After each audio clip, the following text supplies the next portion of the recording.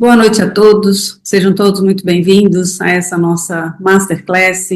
Nós estamos aqui com a presença do nosso convidado, Dr. Eric, e também vários amigos, familiares de vocês, nossos mentorados, e também convidados do Dr. Eric. Sejam todos muito bem-vindos, é para nós uma alegria poder receber, né, e estar nesse momento de compartilhamento, com temas que vêm só agregar ao nosso bem-estar, né, de uma maneira cada vez mais plena, mais ampla. Então, doutor Eric, boa noite, seja muito bem-vindo. Boa noite, obrigado, Zara. É um grande prazer estar aqui com vocês. Agradeço o convite. O doutor Eric é um médico, mestre e doutor em ciências da nutrição e especialista em nutrologia e em nutrição enteral e parenteral, pós-graduado em endocrinologia e em nutrição clínica, tem aperfeiçoamento em teoria psicanalítica com foco em conflito e sintoma, diretor do Departamento de Medicina e Nutrição da União Vegetariana Internacional, diretor e docente da formação em avaliação metabólica e nutricional com interpretação avançada de exames laboratoriais, e autor dos seguintes livros: Alimentação Sem Carne, Guia Prático, Virei Vegetariano e Agora, e Emagreça Sem Dúvida. O Dr. Eric também foi diretor do Departamento de Medicina e Nutrição da Sociedade Vegetariana Brasileira por 14 anos. Eric Islivich, falei certo? Quase, Slivich. Seja muito bem-vindo, muito grata a sua presença conosco. Sinta-se em casa, Obrigado, Zara. o espaço é todo seu. Obrigado. Tá ótimo, muito obrigado. Bom, boa noite a todos. Grande prazer estar aqui com vocês. E hoje eu vou fazer uma aula do jeito que eu gosto, que a gente vai conversando, então não tem nenhuma sequência de PowerPoint, nada nesse sentido, para que eu possa sentindo as necessidades de vocês para a gente direcionar mais as informações, tá? Eu comecei a entrar em contato com essa área da parte da nutrição na minha adolescência. Então, quando eu tinha 16 anos, eu comecei uma alimentação macrobiótica, que na época era bem conhecida, hoje já é bem menos. E eu tive a possibilidade, né, de acompanhar a equipe do Dr. Henrique Smith, que era um médico em São Paulo, e eu comecei a ver resultados nos tratamentos que eles faziam impressionantes. E eram resultados que não existiam na medicina tradicional. E vale lembrar que isso foi na década de 90, né? Mais de 30 anos atrás. Então, os alimentos naquela época, eles não tinham a conotação que tem hoje. Então, o pessoal pensava mais em carboidrato, proteína e gordura, não tinha muita noção do que a gente chama de funcionalidade dos nutrientes, né? Hoje a gente vai pensar, por exemplo, numa soja, vamos pensar num fitoestrogênio, né? Vou pensar em lignana, substâncias que tem nos alimentos, que antigamente não se falava disso ainda, tinha pouco estudo. Então, foi muito legal porque eu consegui acompanhar esses pacientes e eu fui buscar medicina justamente para conseguir entender os mecanismos bioquímicos, fisiológicos que levavam àqueles resultados que eu assistia. E era uma época que esses temas eram muito ridicularizados pelos médicos ainda, né? Imagina que a alimentação pode dar um efeito bom para a saúde desse jeito, como você fala, né? Mas eu tinha experiência própria, eu tinha experiência de acompanhar já esses pacientes com esses médicos. Então, eu costumo dizer que eu tive a facilidade de entrar na faculdade com essa experiência vívida. Então, não tinha muita dúvida que funcionava, eu só precisava descobrir os mecanismos. E aí foi aí que eu encaminhei todo o meu trabalho profissional. E aí, quando me formei, eu comecei a trabalhar com nutrição parenteral e enteral, que, para quem não conhece, quando a pessoa não pode se alimentar por boca, a gente às vezes coloca uma sonda para oferecer essa dieta direto no estômago ou no intestino. Isso é uma nutrição enteral. E quando a pessoa não pode se alimentar, né, nem por sonda ou não deve, a gente pode oferecer essa dieta direto na veia. E a nutrição parenteral. Tá? Então, essa é uma nutrição específica. Não tentem fazer isso em casa, que vai dar problema, né? Porque isso a gente usa materiais totalmente isolados, estéreis, né? Para você poder fazer a infusão direto na veia. Então, não tem nada a ver com macerar nenhum alimento e fazer isso. E aí eu comecei a trabalhar com todas as doenças que tinham, né? Porque no hospital você é chamado nessa área para trabalhar com todas as doenças. E aí foi legal para poder ver esse funcionamento da nutrição em tempo real, que foi a parte que sempre me interessou. E desde 2013 eu comecei a fazer consultório, e é o que eu faço hoje em dia. Hoje eu dou aula e atendo em consultório, fazendo avaliação do metabolismo. Então, pegando aqueles exames e fazendo eles conversarem, tomar uma forma e contarem pra gente como é que tá o organismo da pessoa. Tá? Então, esse é um dos pontos importantes que a gente acaba vendo. E aí, o legal, quando a gente desenvolve esse olhar, é que a gente vê o que cada intervenção faz no organismo. Então, a gente começa a não ficar com muita dúvida. Se eu quero abaixar o colesterol, o que eu tenho que fazer? Ah, mas e se for o triglicerídeo, o que eu tenho que fazer? Ah, eu entrei na menopausa, tô com ondas de calor, tô com insônia, a minha memória tá ruim, né? O que eu posso fazer dessa parte? Então a gente vai vendo as intervenções em tempo real. Isso é muito interessante. Então, baseado nessas ideias que a gente conversou aqui, né, foi justamente trazer um pouco mais de informações sobre alimentação saudável. Hoje, com as redes sociais, virou um caos, né? Um ambiente que era para ser um ambiente de informações muito importantes para a gente tem uma mescla de coisas que, para quem não está muito por dentro na área, a pessoa não vai saber se aquilo é verdade, se não é, se pode acreditar ou não naquilo que tá vendo. Cada profissional fala uma coisa diferente sobre o mesmo assunto. Então, isso deixa todo mundo muito, muito inseguro com relação às condutas nutricionais.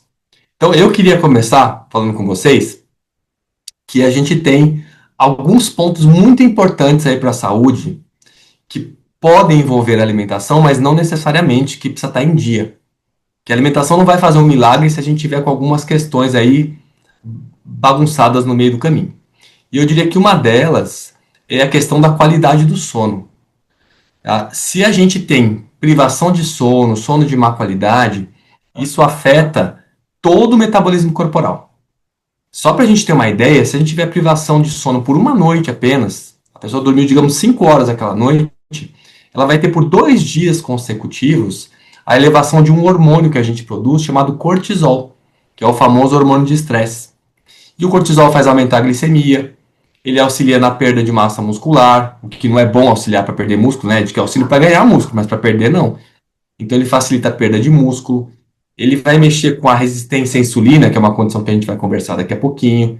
Então, o ato de não dormir adequadamente, ele não permite que a sua memória seja bem consolidada. Toda a parte de raciocínio, essa habilidade toda, né, mental, a gente vai perdendo pela privação do sono. E aí não tem alimento que consiga corrigir isso, porque o fator causal é a falta de sono, a falta de tempo de dormindo ou a má qualidade do sono. Então, esse é um ajuste importante. Eu costumo dizer que se a gente quer ter uma qualidade boa de vida, um dos primeiros desenhos do nosso dia, quando a gente vai encaixar as coisas, é deixar as nossas pelo menos 8 horas de sono ali organizados. Claro que algumas pessoas ficam bem com 7, outras com 9, mas desenhar o nosso dia já considerando que aquelas horas são intocáveis, isso é muito importante. Tá? A gente vai percebendo bem, porque é diferente, né? Uma noite mal dormida com 20 anos de idade é uma sensação.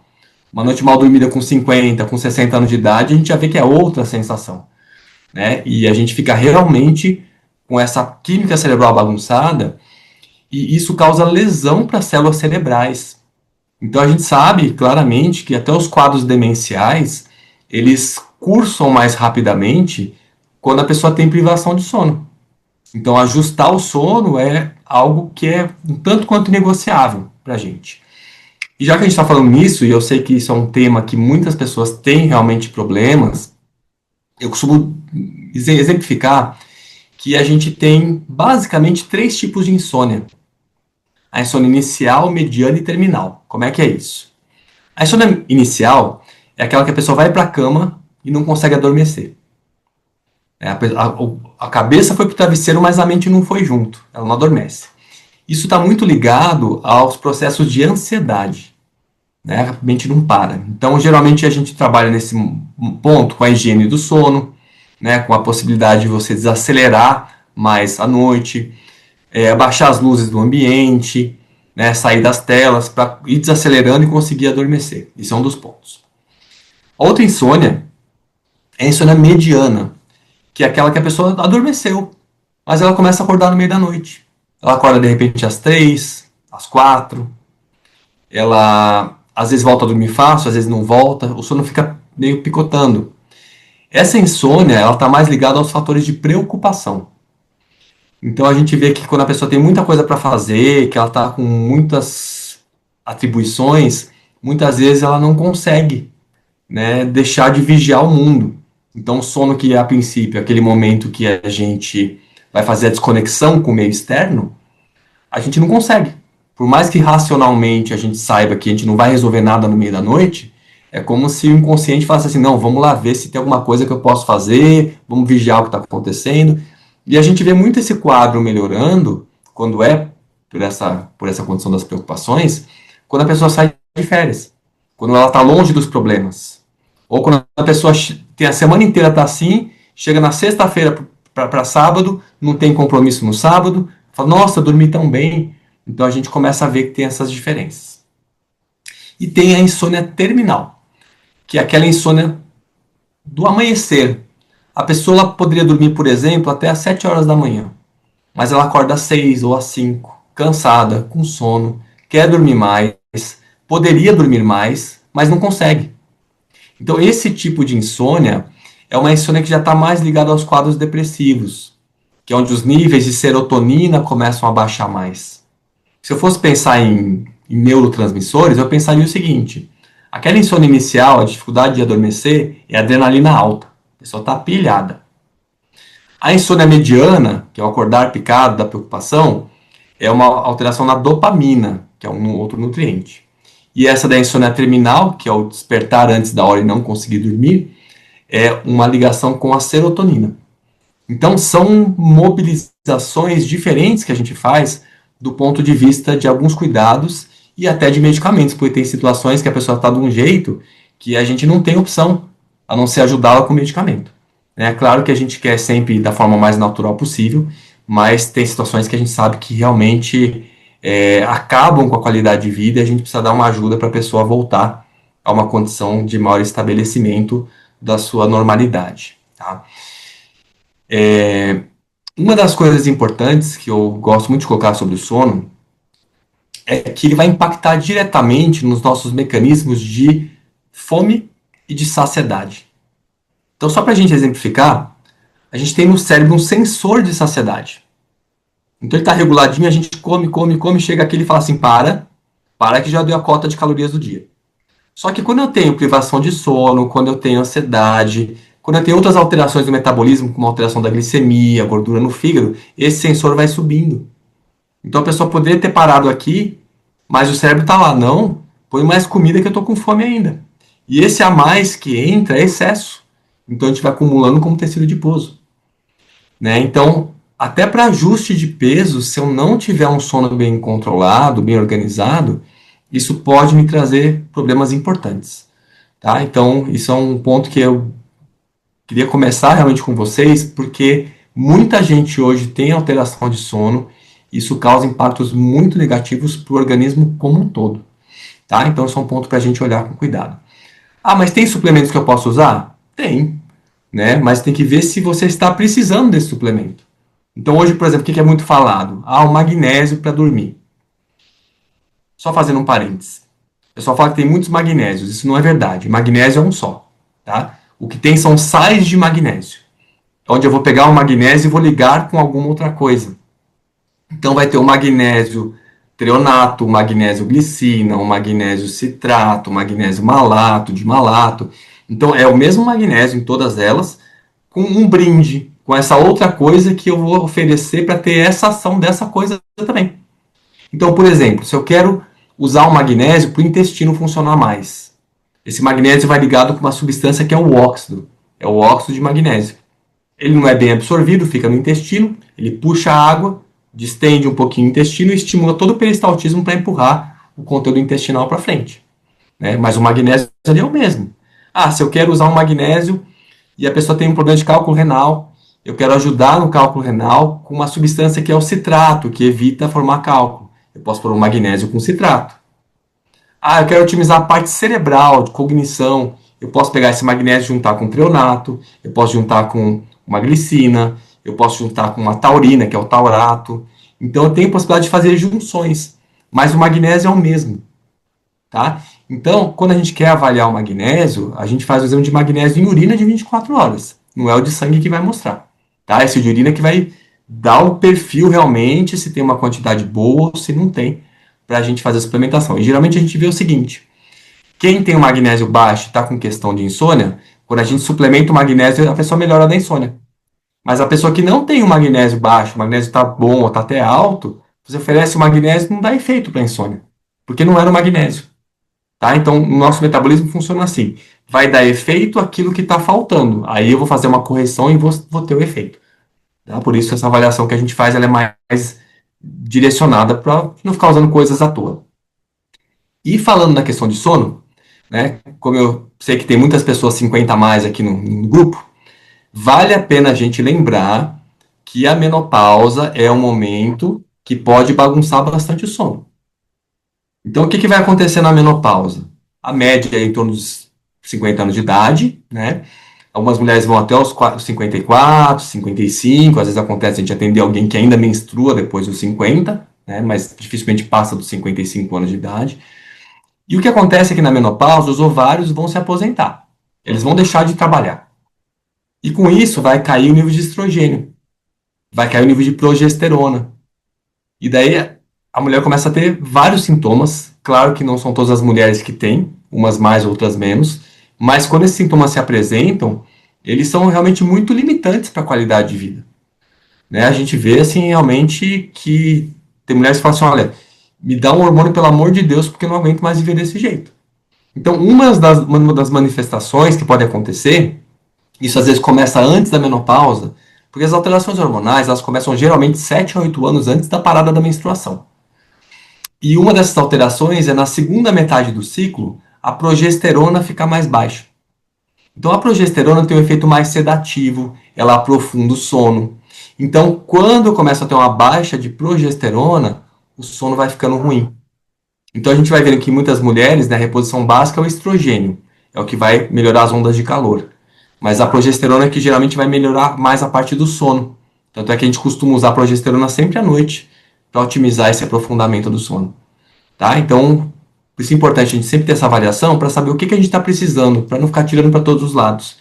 Né? Porque senão a gente realmente fica complicado. E tem pessoas que têm alterações de sono que não tem suplemento que resolva, que é só com remédio que a gente consegue arrumar naquela fase de vida para depois tentar desmamar e fazer um ajuste melhor, tá? Então a sugestão é não baguncem o sono, tem que deixar ajustado porque realmente faz muita diferença. Um outro fator que é de vital importância, a gente percebe ainda mais com o passar dos anos, é a atividade física. A gente não tem dúvida, o que a gente tem de estudos na literatura científica mostrando os efeitos da atividade física na redução de todas as causas de mortalidade é muito estudo. Isso vale não só para doença cardiovascular, para diabetes, mas vale para toda a questão de quadros demenciais, de perda cognitiva. Então hoje a gente sabe que o músculo ele funciona como se fosse um órgão endócrino. Ele produz vários hormônios durante a nossa contração muscular, ele produz substâncias, uma delas, por exemplo, chama irisina. E essas substâncias vão até o cérebro, elas entram no cérebro e têm efeitos tróficos, efeitos de melhorar a neuroplasticidade, melhorar a memória, toda a parte cognitiva. Então, quando a gente vê os estudos de revisão que nós temos aí para ver a parte de exercício e memória, só para a gente ter uma ideia, geralmente a recomendação de atividade física que a Organização Mundial de Saúde traz é de 150 a 300 minutos por semana, o que dá uma média de 40 a 42 minutos por dia. Esse é o habitual. Tá? Para quadros demenciais, eles recomendam 300 minutos para cima. Então, geralmente demanda um pouco mais. Tá? E se eu for pensar em passos, para a gente ver, isso é mais fácil, porque muitos celulares têm aplicativos dentro dele que muitas pessoas nem sabem que tem, que eles contam os nossos passos. Então, de 7 mil passos a 10 mil passos por dia é considerado uma boa movimentação. Então, quem tem o iPhone, por exemplo, tem um aplicativo chamado Saúde. Está lá instalado, já veio com ele. Se você clicar, vai dar os passos que você está dando, está tudo marcadinho ali. Então, é uma forma da gente ter uma noção de como está se comportando. E o que acontece é que com o passar dos anos, a gente tem baixas hormonais. E é mais fácil de perder massa muscular. Então a gente precisa estar com o músculo em atividade para manter essa hipertrofia. E aí eu já faço um adendo que hoje em dia está uma moda de dieta hiperproteica. Um monte de proteína para todo mundo. Eu trabalhei muito tempo em hospital e a gente tinha as enfermarias dos pacientes neurológicos. São pacientes que não têm a função motora preservada, seja por doença, seja por algum acidente que eles tiveram. Então você imagina alguém que não mexe do pescoço para baixo. Essa pessoa está numa cama o tempo inteiro. Você pode dar a proteína que for, que essa pessoa não ganha massa muscular. Se não tiver o exercício resistido, você não dá estímulo de hipertrofia. Outro exemplo que eu gosto de dar. Você fraturou o braço esquerdo. Esse braço vai ficar engessado. Aí você faz uma dieta hiperproteica. Essa proteína vai espalhar para o corpo inteiro, inclusive para aquele braço. Quando você tirar o gesso, esse músculo vai ter atrofiado, porque ele não foi movimentado. Então a proteína sozinha não faz o milagre da hipertrofia. Eu preciso ter uma atividade física. E aí a gente tem dois tipos mais conhecidos de atividade física, que são o aeróbio e o exercício resistido. Tá? Então qual que é a diferença deles? Isso é uma regra do metabolismo, tá?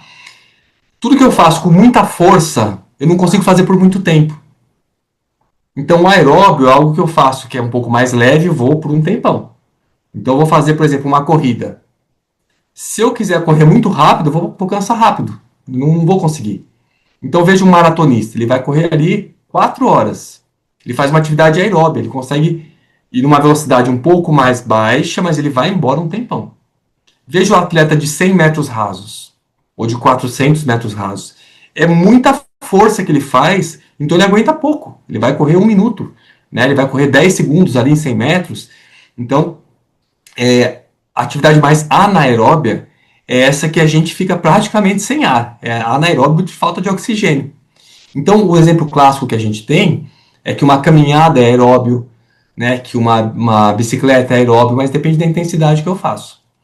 Então, se a gente faz uma musculação e uma esteira, por exemplo, a musculação acaba sendo um exercício resistido que causa mais aumento de músculo.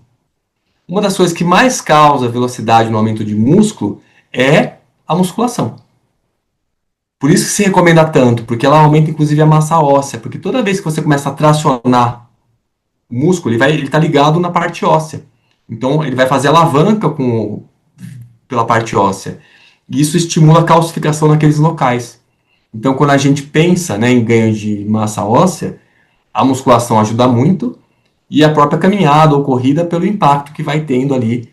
Mas veja que interessante, uma corrida ela vai ajudar no fêmur, ajuda na coluna lombar, ajuda no quadril, mas nos braços não, porque eu não vou ter impacto ali nos braços, né? Então a gente vai ter efeito naquilo que a gente está estimulando, tá? Então a gente vai ter mudanças de composição corporal com atividade física, e é interessante que mesmo que a pessoa não tenha mudança de peso, ela vai tendo mudança de composição, de um pouco mais de músculo, um pouco menos de gordura, o músculo fica mais trabalhado, mais ativo, né? Isso melhora a produção de energia também.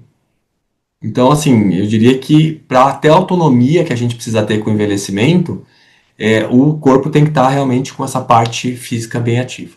Tá? Doutor Eric, aproveitando Oi. esse assunto, veio uma pergunta de uma aluna aqui dizendo assim: é recomendado para quem tem osteoporose a musculação? Sim, acaba sendo a principal recomendação para a osteoporose. Tem estudos interessantes mostrando a diferença da massa óssea em quem corre, em quem faz natação, em quem faz musculação. É assim, a musculação é o que mais aumenta absurdamente comparado com as outras modalidades. Tá? Então a questão sempre da musculação, no passado ela era muito mal vista, o pessoal pensava nos halterofilistas, achava que ia ficar assim treinando, né? Aquilo tem hormônio junto, tem uma série de outras coisas que não fica com aquele corpo só na musculação, tem que treinar demais. Mas esse planejamento do treino é muito importante para a gente variando os grupos musculares, para treinar o corpo inteiro e é o que dá efeito mais rápido. Tá? Então seria realmente uma boa possibilidade para uso. E uma coisa que eu coloco também, tô vendo que foi a Mônica que perguntou, né? Muitas pessoas, Mônica, estão perdendo massa óssea, já ganham suplemento de cálcio. O osso, ele não é só feito pela essa parte do cálcio, né? Então, se eu quero saber se alguém precisa de cálcio ou não, o exame é igual ao do magnésio. É o exame de cálcio e urina de 24 horas. Aí a gente vê certinho se o cálcio está demais, está menos, para você fazer o ajuste. Tá? Então aí a gente vê com mais precisão para saber certinho se precisa de mais, de menos, porque às vezes a pessoa está com 500 miligramas, ela precisaria de 750 miligramas de cálcio ou 1000, e esse exame mostra com mais clareza, aí personaliza melhor, tá? Mas a musculação realmente, né, é uma boa possibilidade para isso. André está colocando na esteira com inclinação, né? Se é melhor, qual a diferença de fazer no plano? Quando você faz com inclinação, André, você acaba tendo uma ativação da musculatura mais posterior da perna também, e você vai incrementando a dificuldade. Então, você vai exigindo mais da sua parte aeróbica. Então, acaba sendo interessante a gente colocar um pouco de dificuldade depois que ficou fácil.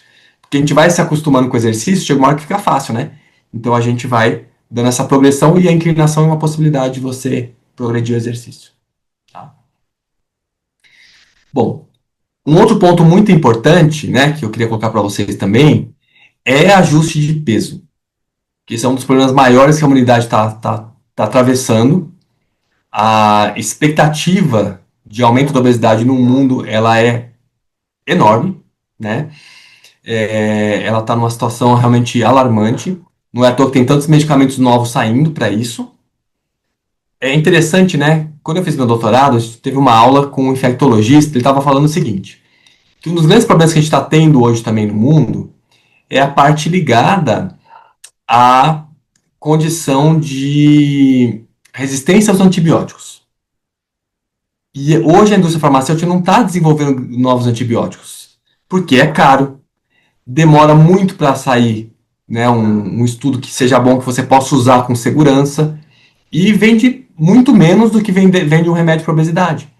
Então é mais negócio financeiro, né? Desenvolver um remédio para obesidade que a população mundial inteira está desesperada para tentar algum ajuste, do que antibiótico. Então a gente está vendo hoje que começou, né, com alguns medicamentos, daí foi para o Ozempic, o Egov, o Monjaro, e tem mais uns 3 tipos diferentes que estão para sair, com mais ações ainda, e alguns deles, além de reduzir a fome, ajudar a pessoa a comer menos, eles ainda preservam mais a massa muscular, porque eu posso perder músculo no emagrecimento.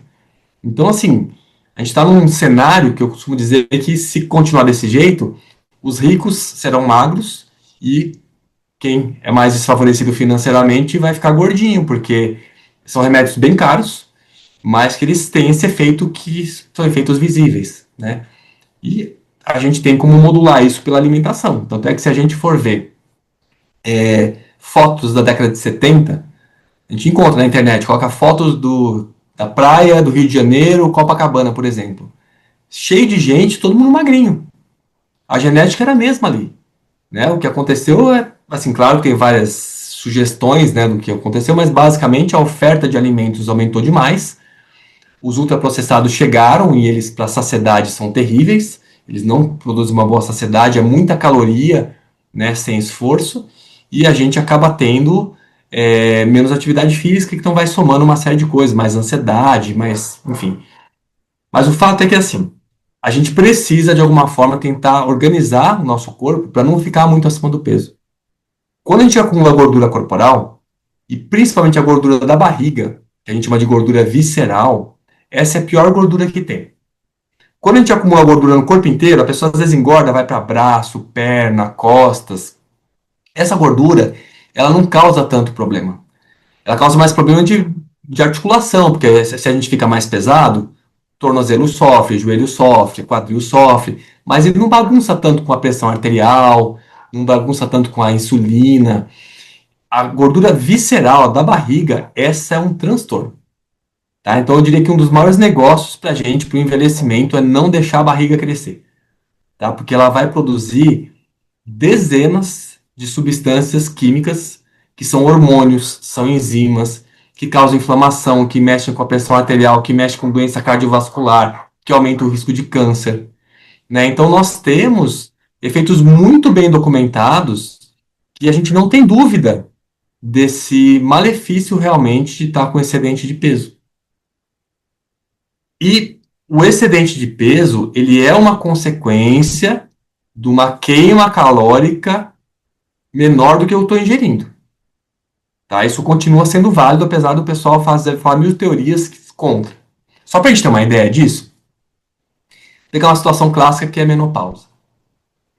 Imagina que você, antes da menopausa, está ingerindo 1.500 calorias, tá? 500, 500 e 500. E você está queimando 1.500 calorias. Quando a gente entra na menopausa, vai baixar o estrogênio. O estrogênio vai reduzir a nossa função das mitocôndrias, que são as fábricas de energia do nosso corpo. Então, a redução dessa queima, ela chega a ser de 20 a 30%. É como se eu continuasse comendo 1.500, mas agora eu gasto só 1.000. Ou seja, sobrou 500 para virar gordura. Então, a pessoa está comendo igual, mas ela está queimando menos. E aí o jeito que a gente tem de otimizar isso, claro, ou é repondo hormônio, ou colocando esse músculo em mais atividade, para ele hipertrofiar, para ter mais músculo, que ele é um grande queimador de energia. Então, esses são ajustes importantes para a gente fazer. E só para você ter uma ideia numérica, isso aqui é bem legal vocês terem como um dado. Se a gente reduzir 500 calorias da nossa dieta, a gente vai emagrecer 2 a 4 quilos por mês.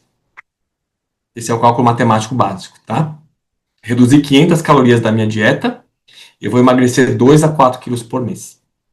E só para a gente ter uma ideia, tem alguns produtos que não parecem tão calóricos. E esses produtos são as gorduras. Você imagina que uma colher de sopa de óleo, qualquer óleo, inclusive azeite de oliva, são 100 calorias. Você tem aquela saladona linda, quase sem calorias, quase sem nada de calorias. Daí você vai lá e coloca 3 colheres de sopa de azeite, já tem 300 calorias, e ela nem aumentou de tamanho, né? Ela continua visualmente do mesmo tamanho, só que ela ficou bem calórica. Um outro exemplo são as oleaginosas, que são as castanhas, nozes, amêndoas, amendoim, macadâmia. 100 gramas são 600 calorias. Então a gente vai ali, às vezes, né, pega um punhadinho, é só um punhadinho. Eu costumo dizer que esses alimentos são alimentos para a gente comer pesando na balança. Então pesa primeiro, daí a gente vê quanto come, porque e a maior parte das pessoas fala assim, mas nem vale a pena, porque eu pesei ali 50 gramas, 300 calorias, não dá para nada. Isso aqui é um punhadinho, e de fato, né, são alimentos que enganam muito a gente. São alimentos saudáveis? São. A gordura de boa qualidade? É, mas caloria é caloria. Então, não importa se a caloria veio de um alimento bom ou ruim, para o peso eu vou engordar. Tá? Nessa questão de peso, vai dar o efeito de qualquer forma. Tá? Então, a gente tem aí um cuidado. Né? O abacate, né, como a Mônica colocou, é uma gordura boa, mas também vai ser mais calórico se a gente for abusando. Aliás, deixa eu já contar para vocês quais são as fontes mais concentradas de gordura, tá? Para a gente olhar bem. Porque assim, a gente pode engordar por excesso de carboidrato ou de gordura. Qualquer um dos dois vai engordar, tá? Então, as fontes de gordura, algumas são um pouco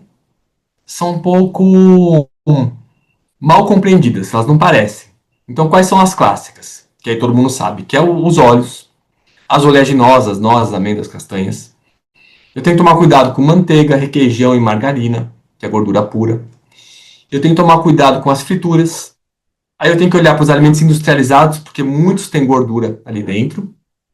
E aqui que é o ponto-chave. Os doces. Tem dois tipos de doce.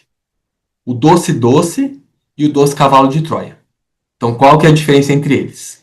O doce doce é carboidrato puro. É açúcar com açúcar. Exemplo, bananada, goiabada, pêssego em calda, figo em calda. É a fruta cuja base é o carboidrato com açúcar que é carboidrato. Esse doce, ele é um pouco agressivo, ele cai na boca, ele puxa água, seca a garganta. Então, geralmente, é difícil alguém pegar uma goiabada e ficar fatiando e comendo sozinha até acabar a goiabada. Tem gente que faz qualquer coisa, eu sei que tem gente que faz isso, mas não é comum da gente encontrar. Então, o que a gente geralmente escolhe? O doce cavalo de Troia, que é o açúcar que foi envolvido pela gordura. Então, a gente põe na boca, sente o sabor do doce, mas ele engorda pela gordura, que é o chocolate, brigadeiro, sorvete, paçoca, pudim. Esses doces são muito mais calóricos oriundos da gordura do que do açúcar. E eu falo isso porque tem exames de sangue que a gente vê. como é que está a carga de carboidrato, como é que tá a carga de proteína da dieta. Tem exames bem clássicos para isso. Então, o que é interessante é que muitas vezes a pessoa fala assim, nossa, meu carboidrato deve estar super alto porque eu como muito doce. Daí a gente olha lá para o exame, opa, eu já sei qual doce que você come, porque o seu carboidrato não está alto. O excesso de peso está vindo da gordura, né? Então a gente já sabe que está na paçoca, no chocolate. E olha que interessante, né? Quanto mais alto o grau de porcentagem do cacau, mais gordura a gente tem. Então, um chocolate a 50% tem mais açúcar. Um chocolate a 70, 80% tem menos açúcar, sobrou mais a gordura. É claro que tem uma conta aí, né? Se eu pego um chocolate 80% como só um quadradinho e estou saciado, eu vou comer menos caloria do que pegar um 50% e comer, né, um meio pacote ali. Mas é gordura que a gente está ingerindo nessa situação. Então, numericamente, o chocolate ao leite, 100 gramas, são cerca de 540 calorias.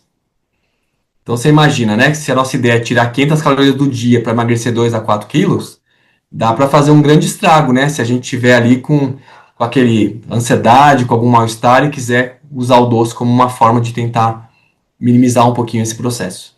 Tá? Então, são produtos que enganam bastante a gente. E eu diria, respondendo a Maria Leonor, que o chocolate, ele, com mais concentração de cacau, acaba sendo melhor. Só que lembrando daí de comer pouco. Tá? Se a gente abusar de volume também, a gente vai ter uma carga calórica aumentada. Tá? Mas esses com 70%, 80% seriam possibilidades melhores para a gente usar. Tá? Eu gosto de brincar dizendo que a gordura corporal segue uma regra bíblica. É importante que a gente saiba disso. Então, como é que é essa regra bíblica? Que a quem muito tem, muito mais lhe será dado. E a quem pouco tem, até esse pouco lhe será retirado. Então, tem a pessoa que está acima do peso, está 2 semanas suando ali para emagrecer meio quilo, exagerou um pouquinho no final de semana, já ganha 1,5 kg. E tem o outro lado que a gente brinca que é o magro de ruim, né? Que ele tá lá comendo o dia inteiro para tentar ganhar meio quilo, pulou o lanche da tarde e já emagrece meio quilo. Tem sofrimento nos dois lados, né? Mas a gente sabe que isso tem muito a ver com o percentual de gordura corporal. Quando a gente começa a reduzir o percentual de gordura, chega uma hora que o peso estabiliza mais fácil e que a gente emagrece mais fácil. Então é como se fosse uma bola de neve. Eu estou acima do peso, eu preciso fazer mais esforço para conseguir sair daquela faixa e as coisas vão melhorando depois. Não é incomum a gente atender pessoas que a pessoa fala assim, nossa, eu emagreci 10 quilos. Aí eu percebi que com menos comida eu fico mais saciado. Porque ela vai saindo dessas bagunças do excesso de peso que mexe inclusive com a saciedade, que é um controle cerebral mesmo. Tá? Então, um dos ajustes para a gente é, de fato, ficar com um peso mais funcional, um peso que aqui a gente não está falando de estética, né? A gente está falando realmente dessa redução da gordura abdominal e visceral. Hoje em dia, quando se fala, né, dessa questão do peso, é muito estabelecido que nós temos fatores genéticos fortes. E esses fatores, eles mexem muito com a nossa saciedade, é a parte cerebral. Mas é aquilo, há 30 anos atrás, 40 anos atrás, já existia essa genética e as pessoas elas não tinham tanta oferta de alimentos e elas se mantinham com peso mais estável. Né? Então, se a gente consegue mexer na nossa alimentação de forma a organizar mais essa parte calórica, a gente consegue melhorar o peso, mesmo sem remédio. Tá? É que, claro, a gente trabalha principalmente na parte médica com pessoas das mais diversas condições. Então, tem pessoas que falam assim: olha, não consigo de jeito nenhum, não dou conta, e vai usar o remédio como recurso. Mas para as pessoas que têm a possibilidade de mudar o estilo alimentar, a alimentação, a gente vê que, de fato, ajuda bastante com a mudança alimentar.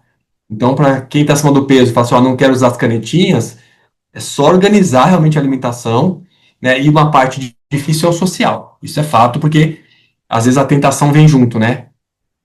Cônjuge, pessoas que moram na mesma casa, os eventos, e são fatores que às vezes bagunçam, mas a gente, na maior parte do tempo, se puder realmente baixar as calorias e deixar para 1 ou 2 refeições na semana para exagerar um pouquinho, isso já vai ajudando.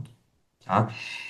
Tudo bem que vocês colocaram aqui algumas perguntas, né? Então a Zália colocou aqui o doce da frutose. Olha que interessante, Zália. As frutas, de forma geral, elas têm a glicose e a frutose, que são dois carboidratos. E a maior parte do carboidrato da fruta é a glicose, não a frutose. Então, os estudos são bem claros para a gente, mostrando que as frutas, elas não causam efeito ruim para a gordura no fígado, elas não causam as alterações que a frutose, que é vista como uma vilã, causa, porque essa frutose vilã é do xarope de milho. Eles fazem o xarope de milho rico em frutose, daí adoçam açaí, adoçam vários doces, aí essa frutose, ela pode causar mais gordura no fígado. Mas a das frutas não está associada com isso, então é bem tranquilo. Tá? A das frutas dá para a gente usar com bastante segurança. E a Zizi está colocando o seguinte, ó. É verdade que a barriga não diminui com o abdominal, somente com redução do carboidrato? Então, Zizi, não é verdade nenhum dos dois, tá? É o seguinte, o abdominal vai fortalecer a musculatura do abdômen. Então, isso é importante, né? A gente vai ter mais controle, inclusive com o ajuste da coluna lombar, ajuda a gente ter mais proteção contra a hernia de disco. Então, o abdominal é legal a gente fazer para ter essa proteção. Mas o que vai fazer a gente reduzir a gordura visceral, abdominal, é a redução das calorias.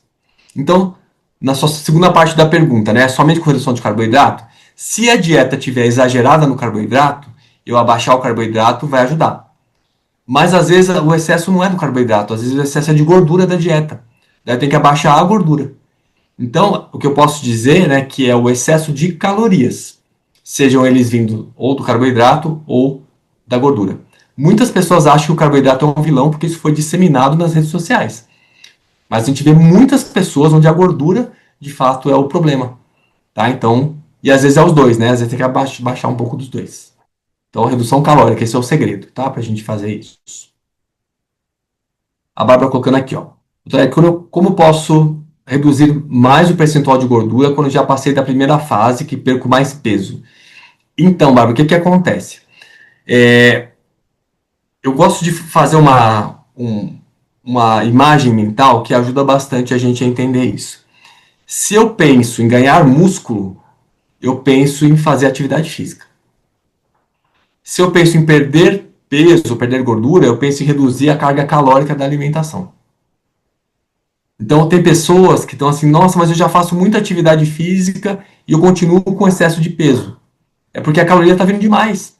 É fácil comer caloria para a gente ultrapassar o que a gente queima. Então, se eu não abaixar a carga calórica, eu não consigo emagrecer. E a outra pessoa está fazendo uma dieta hiperproteica e não treina, não vai ganhar músculo. Então, geralmente, o que a gente faz nessa situação, Bárbara, é manter a alimentação uma quantidade que vai só te manter aquele peso e otimizar o exercício para você ter mais queima de gordura e mais incremento de massa muscular. Mas não pode faltar caloria. Tá? Isso é uma regra que não fui eu que criei, tá? Mas tem que contar para vocês. Eu sei que muitas pessoas ficam chateadas por conta disso, mas é o seguinte: quando a gente come menos do que a gente precisa, a gente perde massa muscular. O cérebro, ele é sempre a nossa prioridade para fornecer energia. E o cérebro se alimenta da glicose, que é o carboidrato. Então, se eu começo a ter uma privação de carboidrato, eu começo a destruir a massa muscular para transformar essa proteína em glicose, que a proteína vira carboidrato, para alimentar o cérebro. Então, eu costumo dizer que, assim, ainda bem que é o cérebro que come os músculos. Porque se os músculos comessem o cérebro, ia dar problema. Né? O nosso sistema corporal ele foi muito favorecido nesse aspecto. Então, reduziu demais carboidrato, a gente perde massa muscular. Então, tem que estar com todos eles bem balanceados, tá? Para que não tenha essa alteração. Então, cuidado com restrições exacerbadas de carboidrato, porque chega uma hora que a gente não consegue mais ganhar massa muscular e a gente vai perdendo. Tá? Então, tem que estar bem balanceado mesmo. A Kalinda colocou aqui, ó, quem está abaixo do peso é muito desafiante. Quais seriam os alimentos que deveriam dar preferência para não oscilar tanto o peso? Então, olha só, Kalinda, o que a gente tem que pensar sempre? Uma das coisas que ajuda muito na condição do peso é o exercício muscular mais anaeróbio, o exercício resistido com a musculação. Geralmente, uma musculação dá mais fome. Uma natação dá mais fome depois que a gente faz. Quando a gente faz um aeróbio, tipo uma corrida, uma bicicleta, geralmente a pessoa sai com menos fome. Não sei se vocês já viram, né? A pessoa foi lá correr a São Silvestre, 15 quilômetros lá, subiu a Brigadeiro Luiz Antônio lá, chegou no final, o que ela quer? Ela não quer comer um pratão de comida. Ela quer beber água, né? Ela quer descansar um pouquinho, mas ela não está morrendo de fome.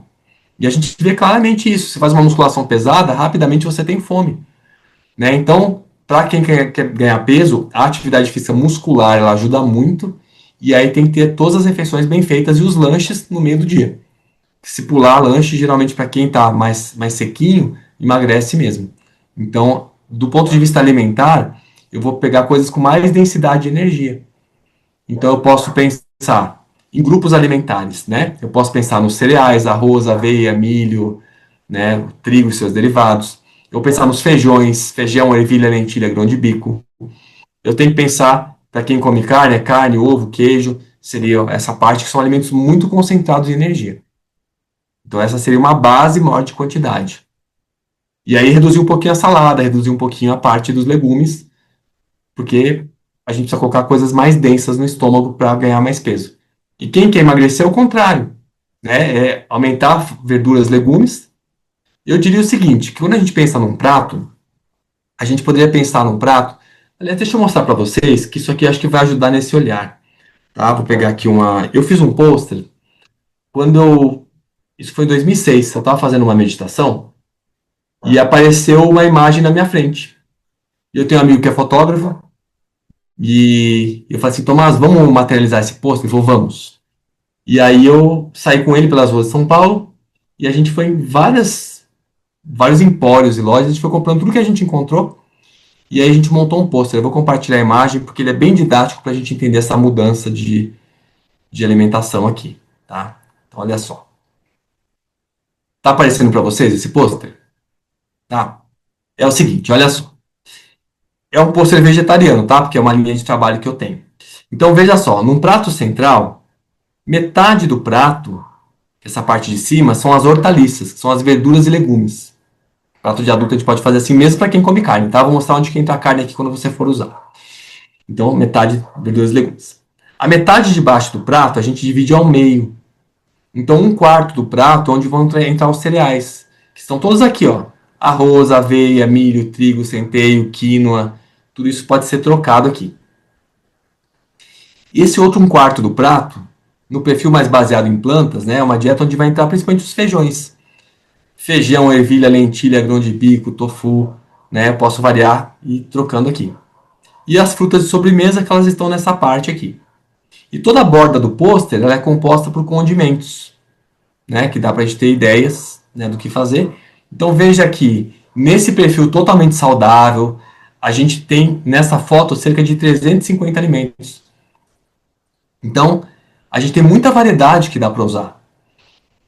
Poxa, mas eu uso ovo e carne, aonde que vai entrar? Nessa parte do prato aqui, ó, dos feijões. Então, geralmente, a recomendação que se faz, né, para consumo de carne mais saudável é não passar de 500 gramas por semana. São os dados do INCA, né, da parte ligada ao câncer, para a gente ter prevenção. Tá? Então, tomar cuidado com as quantidades que a gente vai usar. Essa é a base do prato. Então, olha só que interessante, eu posso fazer composições. Ah, eu não quero fazer um prato assim, eu quero fazer um lanche.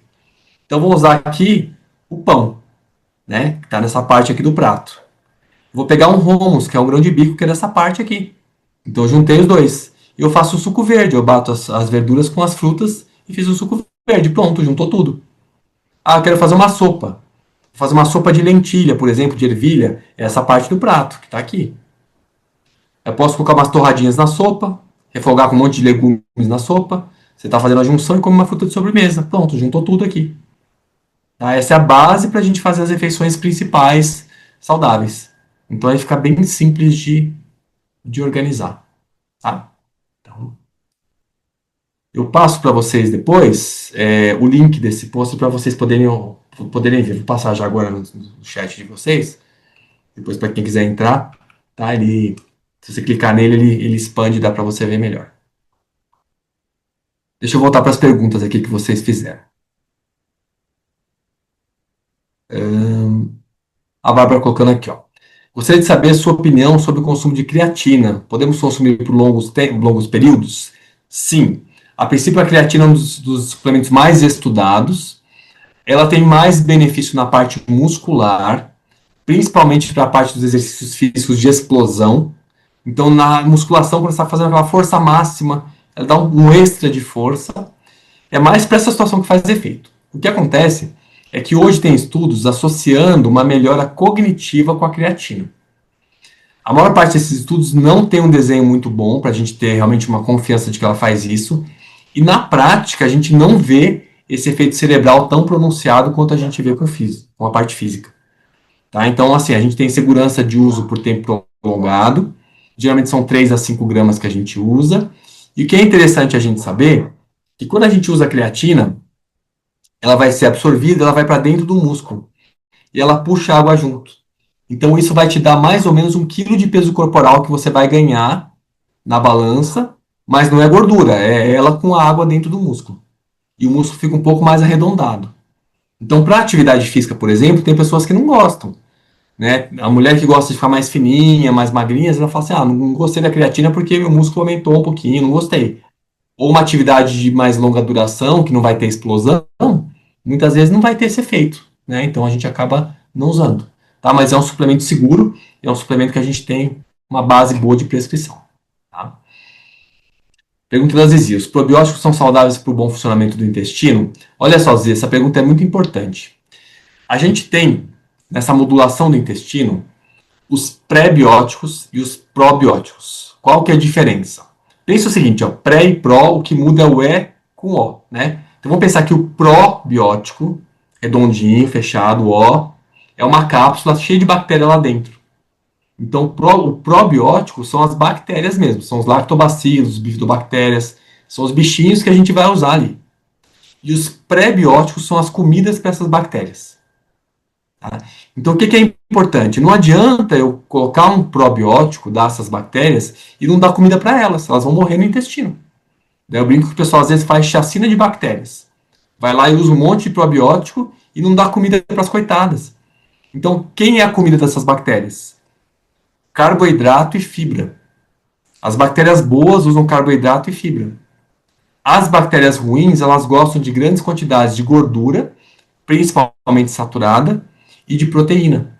Então, quando eu faço uma dieta onde eu reduzi a quantidade de fibra e de carboidrato, que eu aumentei a proteína e a gordura, eu causo um desbalanceamento nessas bactérias. Porque imagina só, uma bactéria dura, em média, 2 dias. Esse é o tempo de vida de uma bactéria. Vamos dizer que nós, seres humanos, duramos 100 anos, uma bactéria intestinal dura 2 dias. Então, se a gente faz mudanças alimentares, rapidamente a gente muda essa microbiota. Você imagina, imagina não, dá para ver facilmente, né? Um final de semana que você bagunçou toda a alimentação, você percebe que na segunda-feira o intestino já está com odor diferente, consistência das fezes diferentes, e o odor tem muita relação com essas bactérias fermentando. Muda as bactérias. Então, se as bactérias boas precisam de carboidrato e fibra, se eu faço uma dieta sem alimento integral, sem fruta, sem verdura, sem arroz integral, sem feijão, essas bactérias vão definhando, não tem comida para elas. Eu só coloco queijo, coloco ovo, coloco alimento processado, coloco coisas refinadas. Essas bactérias morrem de fome. E as que têm bastante substrato, que gostam de gordura, que chegou bastante, elas vão se multiplicando e vai aumentando. Então, mais importante do que usar um probiótico, que são as bactérias, é promover os alimentos com fibra para que a gente possa manter essas bactérias viáveis no intestino. Então, tem estudos hoje que eles, inclusive, sugerem que a gente não tenha a reposição de lactobacilos após o uso de antibióticos se o intestino não bagunçar. Porque alguns estudos mostram que demora até mais para o intestino voltar à constituição normal do que se ele tivesse simplesmente parado o antibiótico e voltado à sua alimentação normal. Tá? Então, o probiótico geralmente a gente usa para situações mais específicas. Aquela diarreia que bagunçou, ou usou um antibiótico que desandou o intestino, né, tá ruim, a gente vai usar nessas situações. Então, o alimento vai dar mais efeito, né, para esse ajuste principal, tá, de intestino. E a André colocando, né, e o vinho, faz bem ou não, né? Qual que é o mínimo que eu posso ingerir por semana? Na verdade, eu deveria pensar qual que é o máximo que eu posso ingerir por semana, né? Porque o que acontece? Hoje os estudos, eles são mais categóricos em dizer que álcool não tem dose segura. Tá? Qualquer dose de álcool tem efeito lesivo para as células da boca, da garganta, do estômago, para o pâncreas. Então, o álcool em si, ele não é mais bem visto. É que nós temos estudos que mostram que pequenas quantidades de vinho, em algumas populações, não foram associadas com problemas de longevidade ou problemas de saúde aumentado, tá? Mas, assim, hoje as recomendações mais recentes é se eu puder ter zero álcool, melhor. Então, o que que eu diria? Talvez uma tacinha 3 vezes por semana, né? Seria uma possibilidade de não ir contra essas diretrizes. E degustar mais e ingerir menos, né? Para tentar não aumentar o volume, porque o problema não está, assim, o problema do vinho está no álcool, é ele que a gente não quer ter tanto contato. Tá? Então eu sei que é uma notícia que muitas pessoas não gostam muito, mas o que a gente tem cientificamente hoje é que realmente álcool não tem dose segura, tá? Quanto menos, melhor. A Fabiana falando que queria saber se a creatina tem alguma relação com a endometriose. Não, a endometriose é o tecido uterino que foi implantado no lugar fora do útero. Então, hoje muitos estudos consideram até que tem uma relação de autoimunidade com a endometriose. É uma situação que pode causar muita dor no período menstrual. Tem mulheres que têm mais infertilidade por conta da endometriose. Né? Então, a gente usa mais uma alimentação mais anti-inflamatória, a cúrcuma, a quercetina, que são elementos que podem ajudar nesse processo da inflamação. Tá? Mas a creatina em si não tem uma relação direta, pelo menos não que eu conheça. A nível colocando assim, doutor, hoje estou me dando muito bem com o estilo da carnívora. Claro que com acompanhamento de médico e nutri. Estou na transição. Percebi que estou comendo menos, sem fome, me sinto muito melhor. Então, Niva, a nossa preocupação aqui é o seguinte: é o que está te trazendo essa sensação de fome. Muitas vezes a questão do emagrecimento é um fator que traz uma sensação de bem-estar. Então, o ideal seria ver o que a gente tem de acontecimento no metabolismo para poder explicar esse efeito.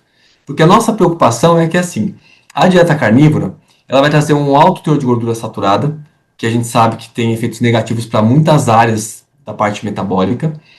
Ela vai aumentar a produção de uma substância chamada TMAO, que é o óxido de trimetilamina.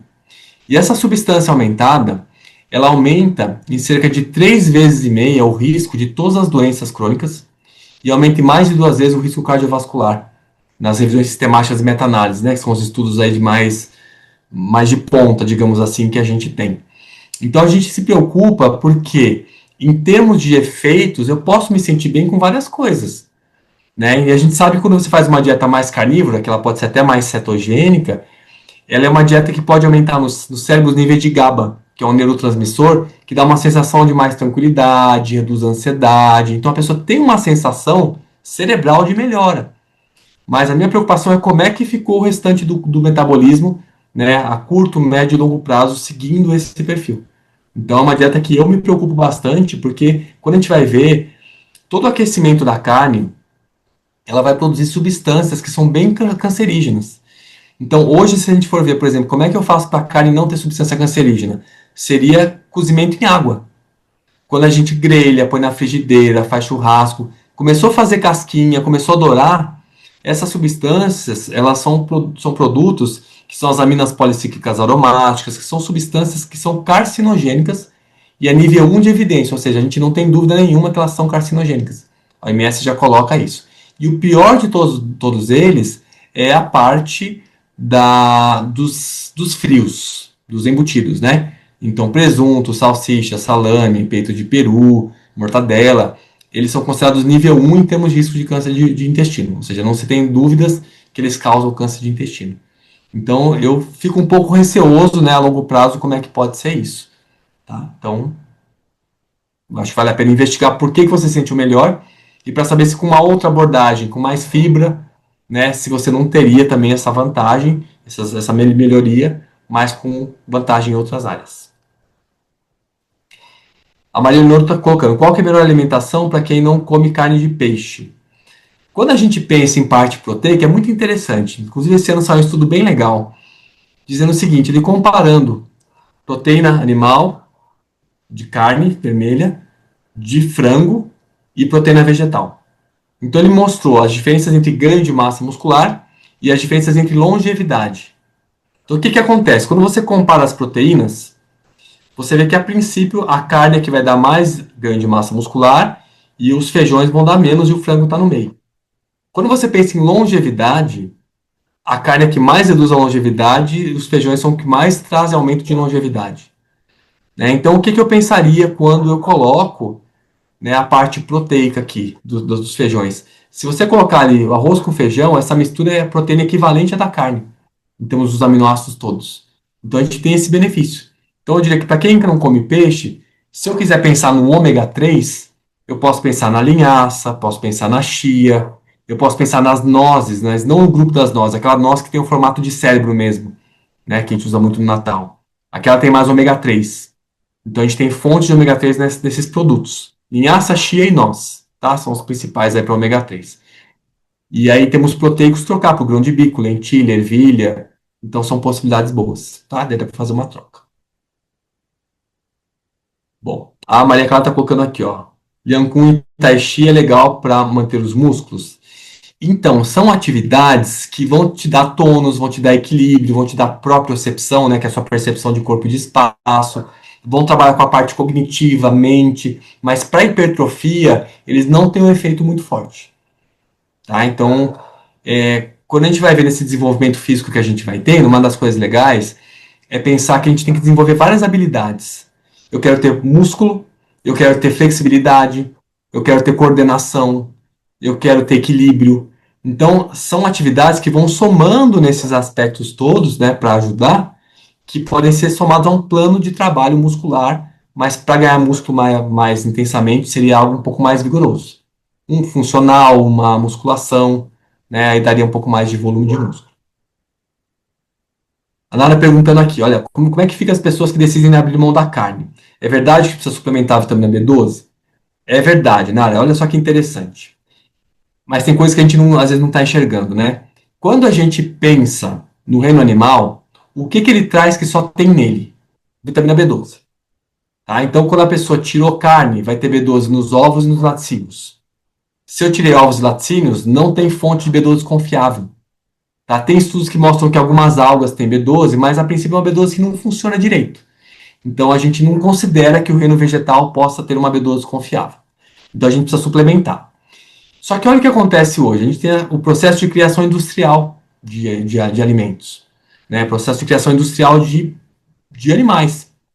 Então, na questão hoje de frango, de porco, né, e de bovinos, e de peixes em cativeiro, todos eles são suplementados com todas as vitaminas e minerais. Isso é muito impressionante, a gente vê os dados, né, que nós temos oficiais do governo sobre a quantidade de toneladas que esses animais vão receber de B12, de iodo, de ferro, de zinco. É muita coisa. Então, se a gente for pegar uma ração de frango, isso é fácil de ver na internet, tá? Você entrar em casa de ração de animais, né, e ver o que eles usam, tem a composição. Tem de A a zinco, tem tudo. Então não é só o farelo, né, de milho, de arroz, é tudo misturado com vitaminas e minerais para dar a segurança que não vai faltar nada para o animal. Então hoje o animal, ele passa a ser um atravessador de nutrientes. Ele recebe nutriente, vai incorporar uma parte dele nos músculos, nos seus tecidos, vai urinar uma outra parte, vai defecar uma outra parte, vai perder pela pele uma outra parte. Então ele é um desperdiçador desse processo. Então olha que interessante. Eu fiz um estudo bem legal sobre isso e um dos dados que foi interessante é o seguinte. Você imagina que uma vaca leiteira no Brasil, ela produz em média 6,5 litros de leite. Tá? A gente pensa que cada litro de leite tem 1.000 miligramas de cálcio, que é a necessidade de um ser humano por dia. Então é como se eu pensasse o seguinte: o que uma vaca fornece de leite por dia poderia ofertar toda a necessidade de cálcio para 6 pessoas e meia.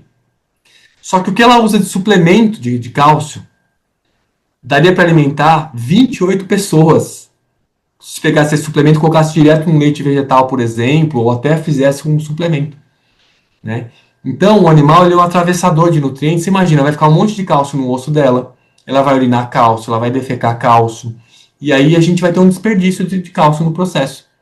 Então, hoje, uma coisa que os vegetarianos colocam muito é que, assim, ok, eu vou usar B12 como suplemento, mas a vaca está usando também.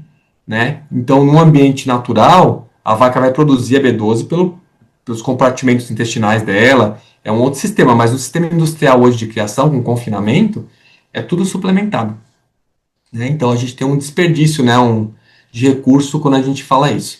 Uma preocupação grande, né, falando nesse aspecto, tem um estudo chamado Eat Lancet, Eat de comer, né, EAT, Lancet. Esse estudo ele foi feito para responder uma pergunta. Como é que eu posso alimentar 10 bilhões de pessoas em 2050 sem ultrapassar os limites do planeta? Então eles reuniram mais de 30 cientistas para fazer as pesquisas e avaliar como isso é possível. E a resposta imediata é reduzindo imediatamente o consumo de carne pela metade, reduzindo o consumo de açúcar pela metade e dobrando o consumo de alimentos vegetais. Porque eles avaliaram o meio ambiente e avaliaram a saúde. Então eles queriam que tivesse os dois ao mesmo tempo. Né? Então a gente hoje está numa preocupação que a gente está vendo várias mudanças climáticas. E para a gente ter uma ideia, no Brasil, quase 80% das emissões de gases de efeito estufa vem da pecuária. Não é de meio de transporte. Né? Se a gente for pegar no mundo inteiro, a parte alimentar vai corresponder a uns 30% das emissões de gases de efeito estufa. Só que o Brasil é um grande produtor agrícola, pecuário. Então, das emissões que nós no Brasil temos, cerca de 80% vem da pecuária. Então, é um dado que para a gente é alarmante, né? Quando a gente pensa em meio ambiente, não tem como a gente não direcionar para isso. Mas a resposta é sim, tá? É importante usar B12 e olha só estatisticamente. 40% da população onívora mundial tem níveis insuficientes de vitamina B12. Então isso não é uma exclusividade dos vegetarianos, muitos onívoros também têm, e é uma vitamina que mexe muito com a parte cognitiva. Ela altera a concentração, memória, atenção, foco. Então a B12 mexe muito com o mental e a falta de ferro mexe muito com o físico. Tá? Então a falta de ferro é comum dar queda de cabelo, alteração nas unhas mais moles, quebradiças ou que lascam, cansaço, principalmente no final do dia. Tem pessoas que têm agonia nas pernas ou pernas inquietas. Mas a pessoa vai se levantar e tem tontura, ver pontinhos luminosos, tristeza sem motivo aparente, dificuldade para acordar pela manhã, mesmo tendo dormido bem, preguiça para começar a atividade física não rende e a pessoa sai esgotada do exercício. Isso são sintomas bem comuns da falta de ferro. Quem tem pelo menos 3 a gente desconfia, e é mais comum em quem perde sangue. Tá? Então, assim, a gente vê muitas pessoas com deficiência de ferro a vida inteira. Quando entra na menopausa, consegue ir normalizando e ajusta tudo. Porque a perda de sangue é o principal fator que leva a isso. Tá? Então, esse é um ponto importante, que não é uma prevalência maior em vegetarianos, no caso do ferro, mas a B12 tem uma prevalência maior, chega a ser uns 60%, comparado com 40% dos onívoros. Então, é uma vitamina de mais atenção mesmo. A Nível perguntando, olha só, como é que ficam os oxalatos dos vegetais e legumes? Olha que legal, Nível. O pessoal fez um terrorismo com esse assunto na internet, né? É um terrorismo injustificado, porque o que acontece? As fontes mais ricas de oxalato são espinafre, acelga, folha de beterraba e o ruibarbo, que é um produto que no Brasil a gente não tem, é mais comum nos Estados Unidos, que é tipo um salsão, né? Os oxalatos, eles têm um potencial de se juntar com cálcio para formar cálculo renal. Só que quando eu tenho uma ingestão adequada de cálcio, ele se liga com o oxalato no intestino e leva esse oxalato para as fezes, leva tudo embora. Então isso não é um problema prático que a gente tenha, não tem nenhum estudo mostrando algum efeito negativo dos oxalatos nesse sentido, e é um exame que a gente dosa no exame de urina de 24 horas também. Então muitas pessoas que têm problemas de cálculo renal, a gente sempre dosa para ver, porque o cálculo renal mais comum é de oxalato que se liga com cálcio.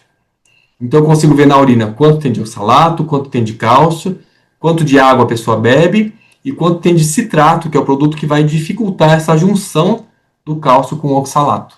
E aí com isso a gente consegue ver e é super tranquilo, tá? Isso não é um problema que a gente tenha preocupação. E uma coisa que vale lembrar, tem pessoas que geneticamente produzem mais oxalato no corpo, que a gente pode produzir. E uma das formas de produzir mais oxalato é com altas doses de vitamina C.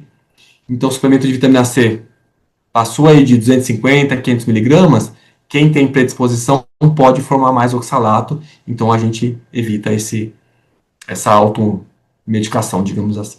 Tá? A Lala colocando, faço exercícios físicos 4 vezes por semana, não como comidas gordurosas, nem tomo bebida alcoólica. Mesmo assim, o exame mostrou esteatose hepática inicial. Quais alimentos podem ajudar nessa regulação?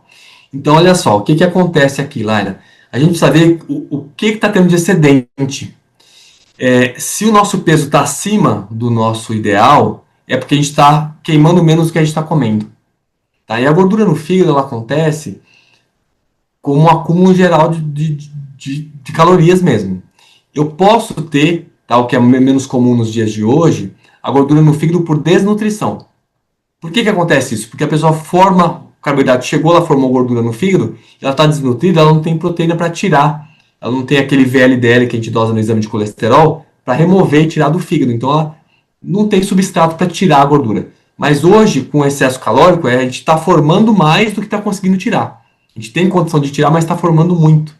Então a gente sempre tem que olhar qual é o excedente. Tá? Alguma coisa está um pouquinho a mais. Pode ser o carboidrato, né? A gordura, você falou que não é uma coisa gordurosa, mas eu tenho que pensar que a gordura é muito presente também nos queijos, nos ovos e nas carnes. Tá? Só para a gente ter uma ideia numérica, se eu pegar uma média dos grupos, quando a pessoa come carne, das calorias da carne, 50% delas são de proteína, 50% é gordura. Quando eu penso num queijo, o queijo é 25% proteína e 70% gordura. E dessa gordura, 70% é saturada. Então, às vezes a pessoa fala assim, estou usando o queijo como uma fonte proteica, meu médico recomendou por conta do cálcio, né? Só que daí tá vindo aquele monte de gordura junto e às vezes a pessoa nem tá percebendo o quanto tem ali. Então, algum excedente tem. A nossa questão é descobrir de onde que tá vindo ele para poder abaixar, tá? Mas a gordura no fígado sai. O que muitas pessoas colocam, mas a gordura no fígado, ela tem um... Depois que infiltrou no fígado, não sai mais. Ela sai. Desde que a gente emagreça, chega num certo ponto, ela vai saindo tudo. Tá? E numericamente falando, lá, olha que legal. É normal ter até 5% de gordura no fígado. O ultrassom só vai te mostrar quando tem mais que 30%. Então, entre 5% a 30%, quem me conta é o exame de sangue. Dá pra gente ver certinho que você está engordurando o fígado, se está desengordurando o fígado pelo exame de sangue, dentro da faixa de referência ele vai mexendo. Então isso é bem interessante, tá? Mas tem algum excedente que está acontecendo ali. Acreditou do pôster, eu passei o link para vocês, né? Faixa falou que tipo de pão, não lembro em que contexto, tá? Mas pão é o seguinte, já fazendo um parênteses do glúten. O glúten, para quem tem doença celíaca, é inegociável, porque é uma alteração imunológica que a pessoa ataca o intestino quando chega glúten. Então ela deixa o intestino mais careca, inflamado, não consegue absorver as coisas e aumenta muito o risco de câncer de intestino e de linfoma, né, que é um outro tipo de câncer. Então quem é celíaco não tem negociação com glúten. Tem as outras pessoas que elas são sensíveis ao glúten não celíacas. Ou seja, o exame de doença celíaca está negativo, ela não é celíaca. Mas quando ela come o trigo, ela passa mal. Então pode ser do trigo, pode ser de algum outro componente que tem. Então não é uma condição que é necessariamente fundamental excluir totalmente da vida o glúten como é para o celíaco. O celíaco não pode nem trabalhar numa padaria, né? Não pode nem pegar ali o prato dele, cortar um pão, dar uma limpadinha e depois cortar o pão dele, que vai ter contaminação de glúten. Tem pessoas que têm sangramento intestinal mesmo por conta do glúten. Então, isso é o ponto de atenção. O que não é celíaco, mas não passa bem com o trigo, ele vai evitar, de repente, se usar de uma vez ou outra, não vai ser um grande problema. Tá? O que a gente não tem como dizer é que o trigo vai ser um vilão para todo mundo. Mas é claro que se eu puder fazer uma mudança na minha dieta para não ter trigo em todas as refeições, isso já é um princípio de uma alimentação mais variada.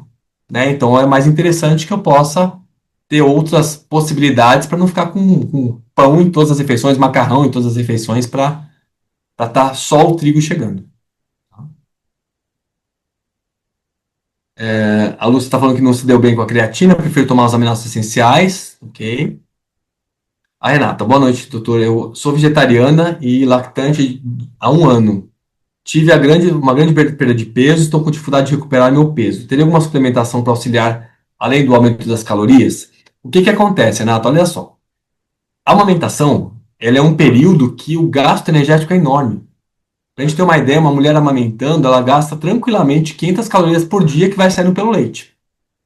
E lembra que se eu reduzir 500 calorias por dia, eu emagreço 2 a 4 quilos por mês.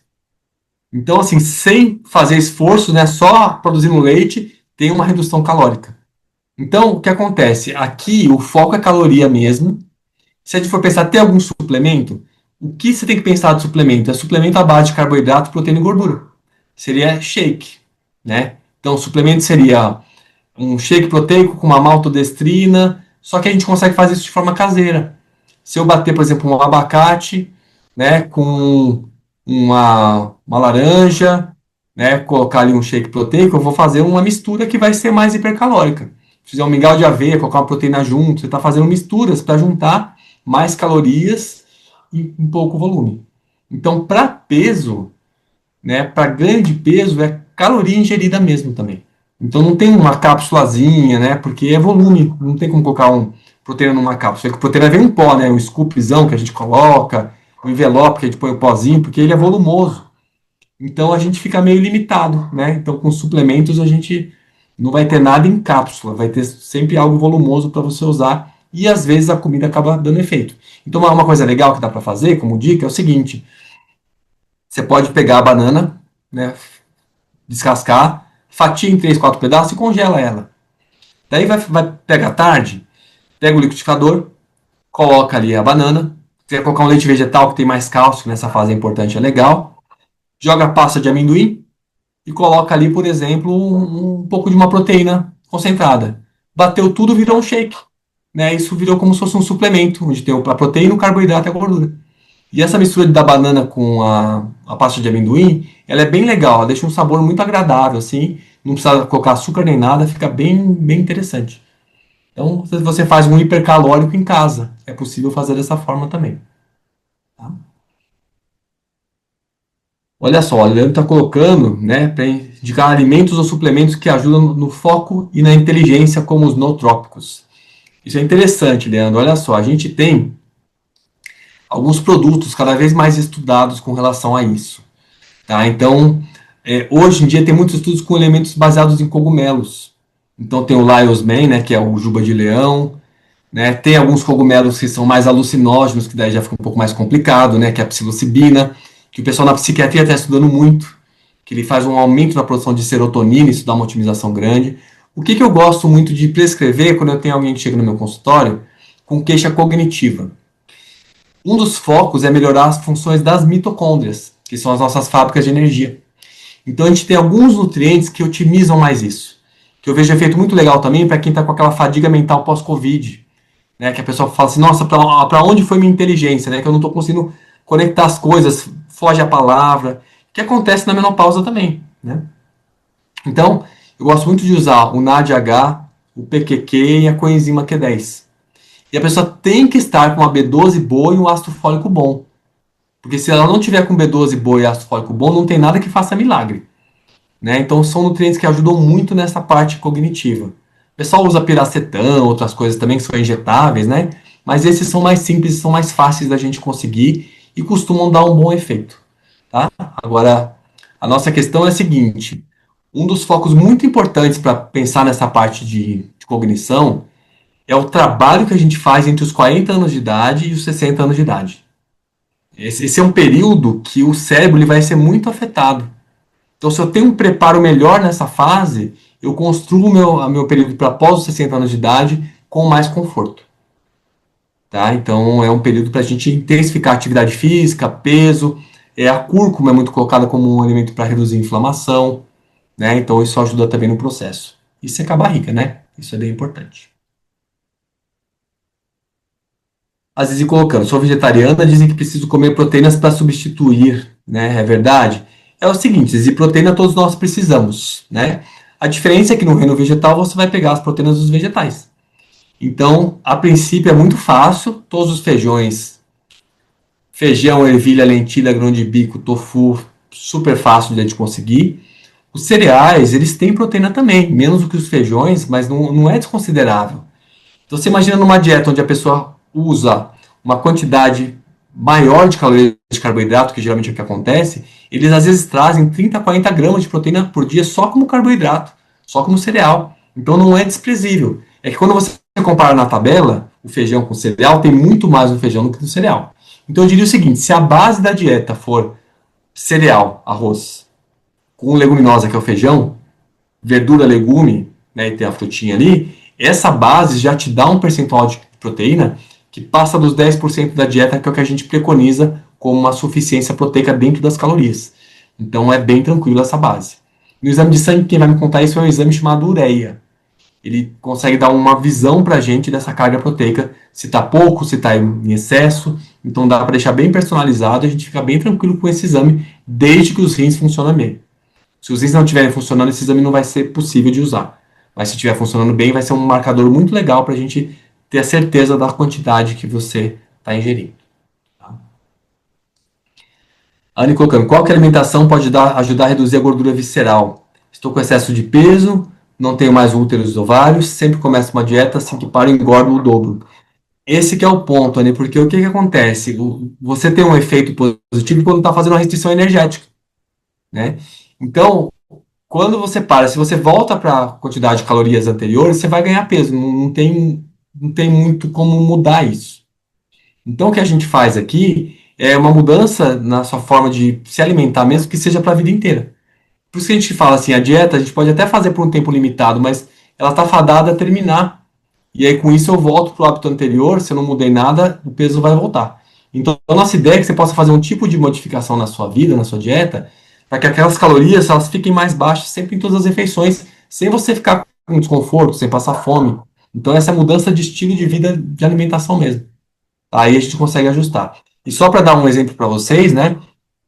A gente falou muito que essa questão da menopausa, ela mexe com a parte de queima de energia, que reduz a queima energética. E ela reduz a parte cognitiva também. Tem estudos que mostram que a função cerebral abaixa em 20 a 30% com a baixa do estrogênio na menopausa. Então não é à toa que tem mulheres que falam assim, nossa, a palavra está aqui, mas não estou conseguindo pescar a palavra. Né? Antes eu fazia 3, 4 coisas ao mesmo tempo, hoje eu tenho que fazer uma por vez, se bobear eu esqueço a que eu estou fazendo. Né? Porque realmente isso traz uma dificuldade maior. Então, o exercício acaba ajustando bem nesse aspecto. Tá? A Gemilson perguntando se a carne branca é mais saudável. Tem estudos que dizem que sim, tem estudos que dizem que não, tá? Um dos pontos é a quantidade de gordura que vai ter, principalmente menos saturada, e o peixe vai ter menos. E a gente tem uma preocupação com contaminação de metais pesados e com mercúrio, tá? Não sei se vocês viram, mas saiu um terrorismo nesses dias do pessoal falando que se você tem amálgama na boca, as obturações com amálgama, e usa B12, você pode formar um metilmercúrio, que é extremamente tóxico para o nosso corpo.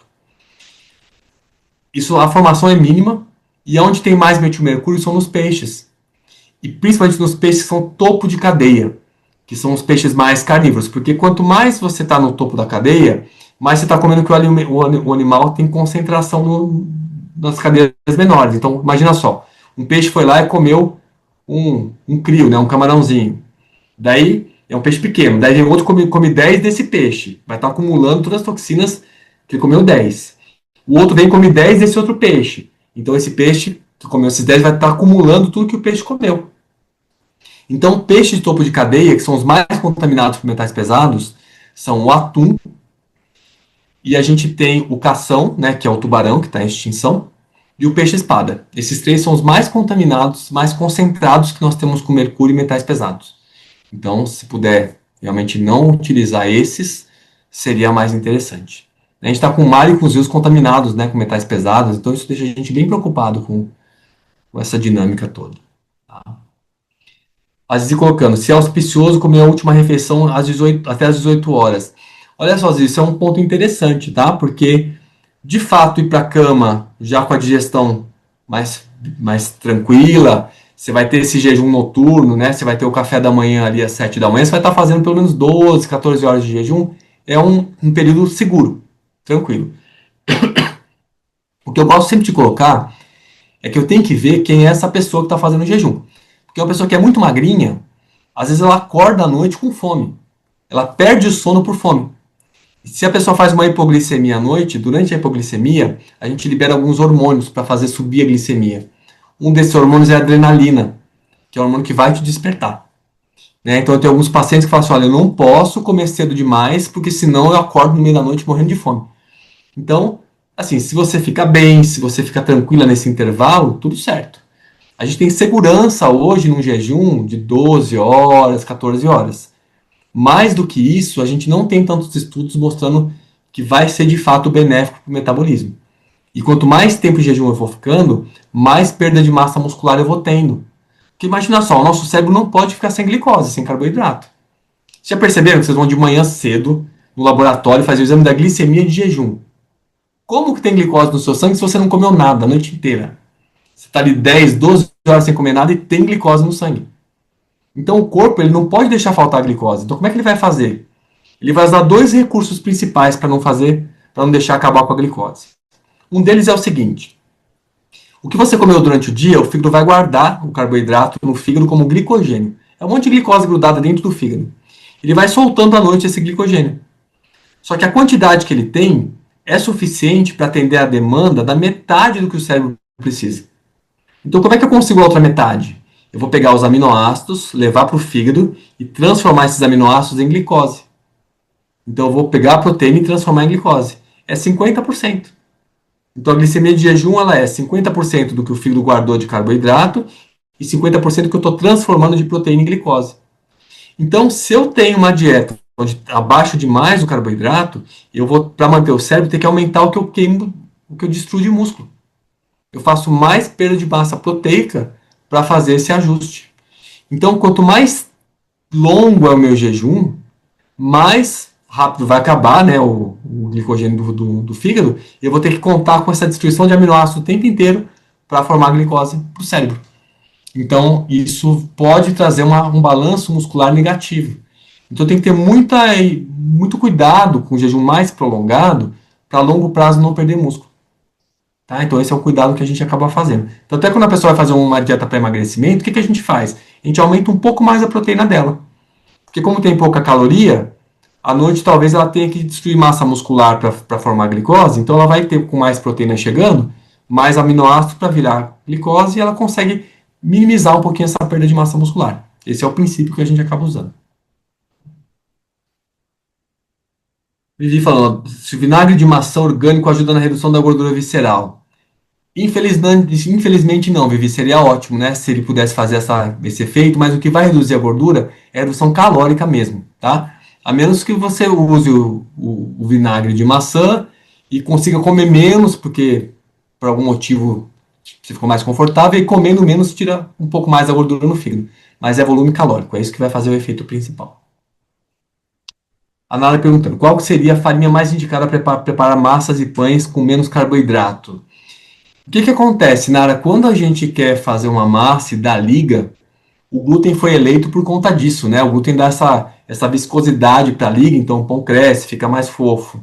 Então, o que geralmente se faz é fazer misturas, que dá para colocar a aveia deixa o pão um pouco mais fofo, né? O psyllium pode entrar para ajudar a dar um pouco a liga. Tem muitas pessoas que colocam a linhaça também, dá para bater a semente de linhaça com um pouco de água. Se você deixar descansando, ela vira uma gosma, parece uma clara de ovo, que dá para adicionar nessa farinha para dar um pouco de liga. E aí o pessoal coloca um pouco de farinha de amêndoa, né? Tem gente que coloca um pouco de farinha de grão de bico também. A questão é dar o ponto da liga para você poder fazer com que ele fique no formato de pão. Tá? Mas são possibilidades aí para você mudar um pouquinho e colocar um pouco menos de carboidrato, se essa for a ideia. Marieta está perguntando se a yoga ajuda. Não sei em que sentido, Marieta, mas a yoga ajuda em muitas coisas. Tá? A parte de atenção, de cognição, de estresse, de equilíbrio, ela traz muitos benefícios. Mas quando eu penso em ganho de massa muscular, ela vai trabalhar mais com a isometria, né? Porque a gente vai para os asanas, para as posições físicas, e por mais que seja um Ashtanga Vinyasa, por exemplo, que tem mais movimentos, não é uma força muscular como é numa musculação. Então ela vai ajudar, vai tonificar, mas não vai dar tanta hipertrofia. A gente não vai ver, por exemplo, uma pessoa que faz muito yoga ficar com um físico igual a uma pessoa que faz musculação. Porque são estímulos corporais diferentes. Né? Então eu acho fantástico, né? Se puder incluir yoga vai ser ótimo, mas para ganho de massa muscular a gente teria que colocar alguma outra coisa de mais força muscular. A Silmara colocando, sou vegetariana e não tomo ômega 3 de peixe. Dizem que precisamos do EPA e do DHA. Nos vegetais isso pode ser encontrado? Então olha só, Silmara, essa é uma pergunta muito boa.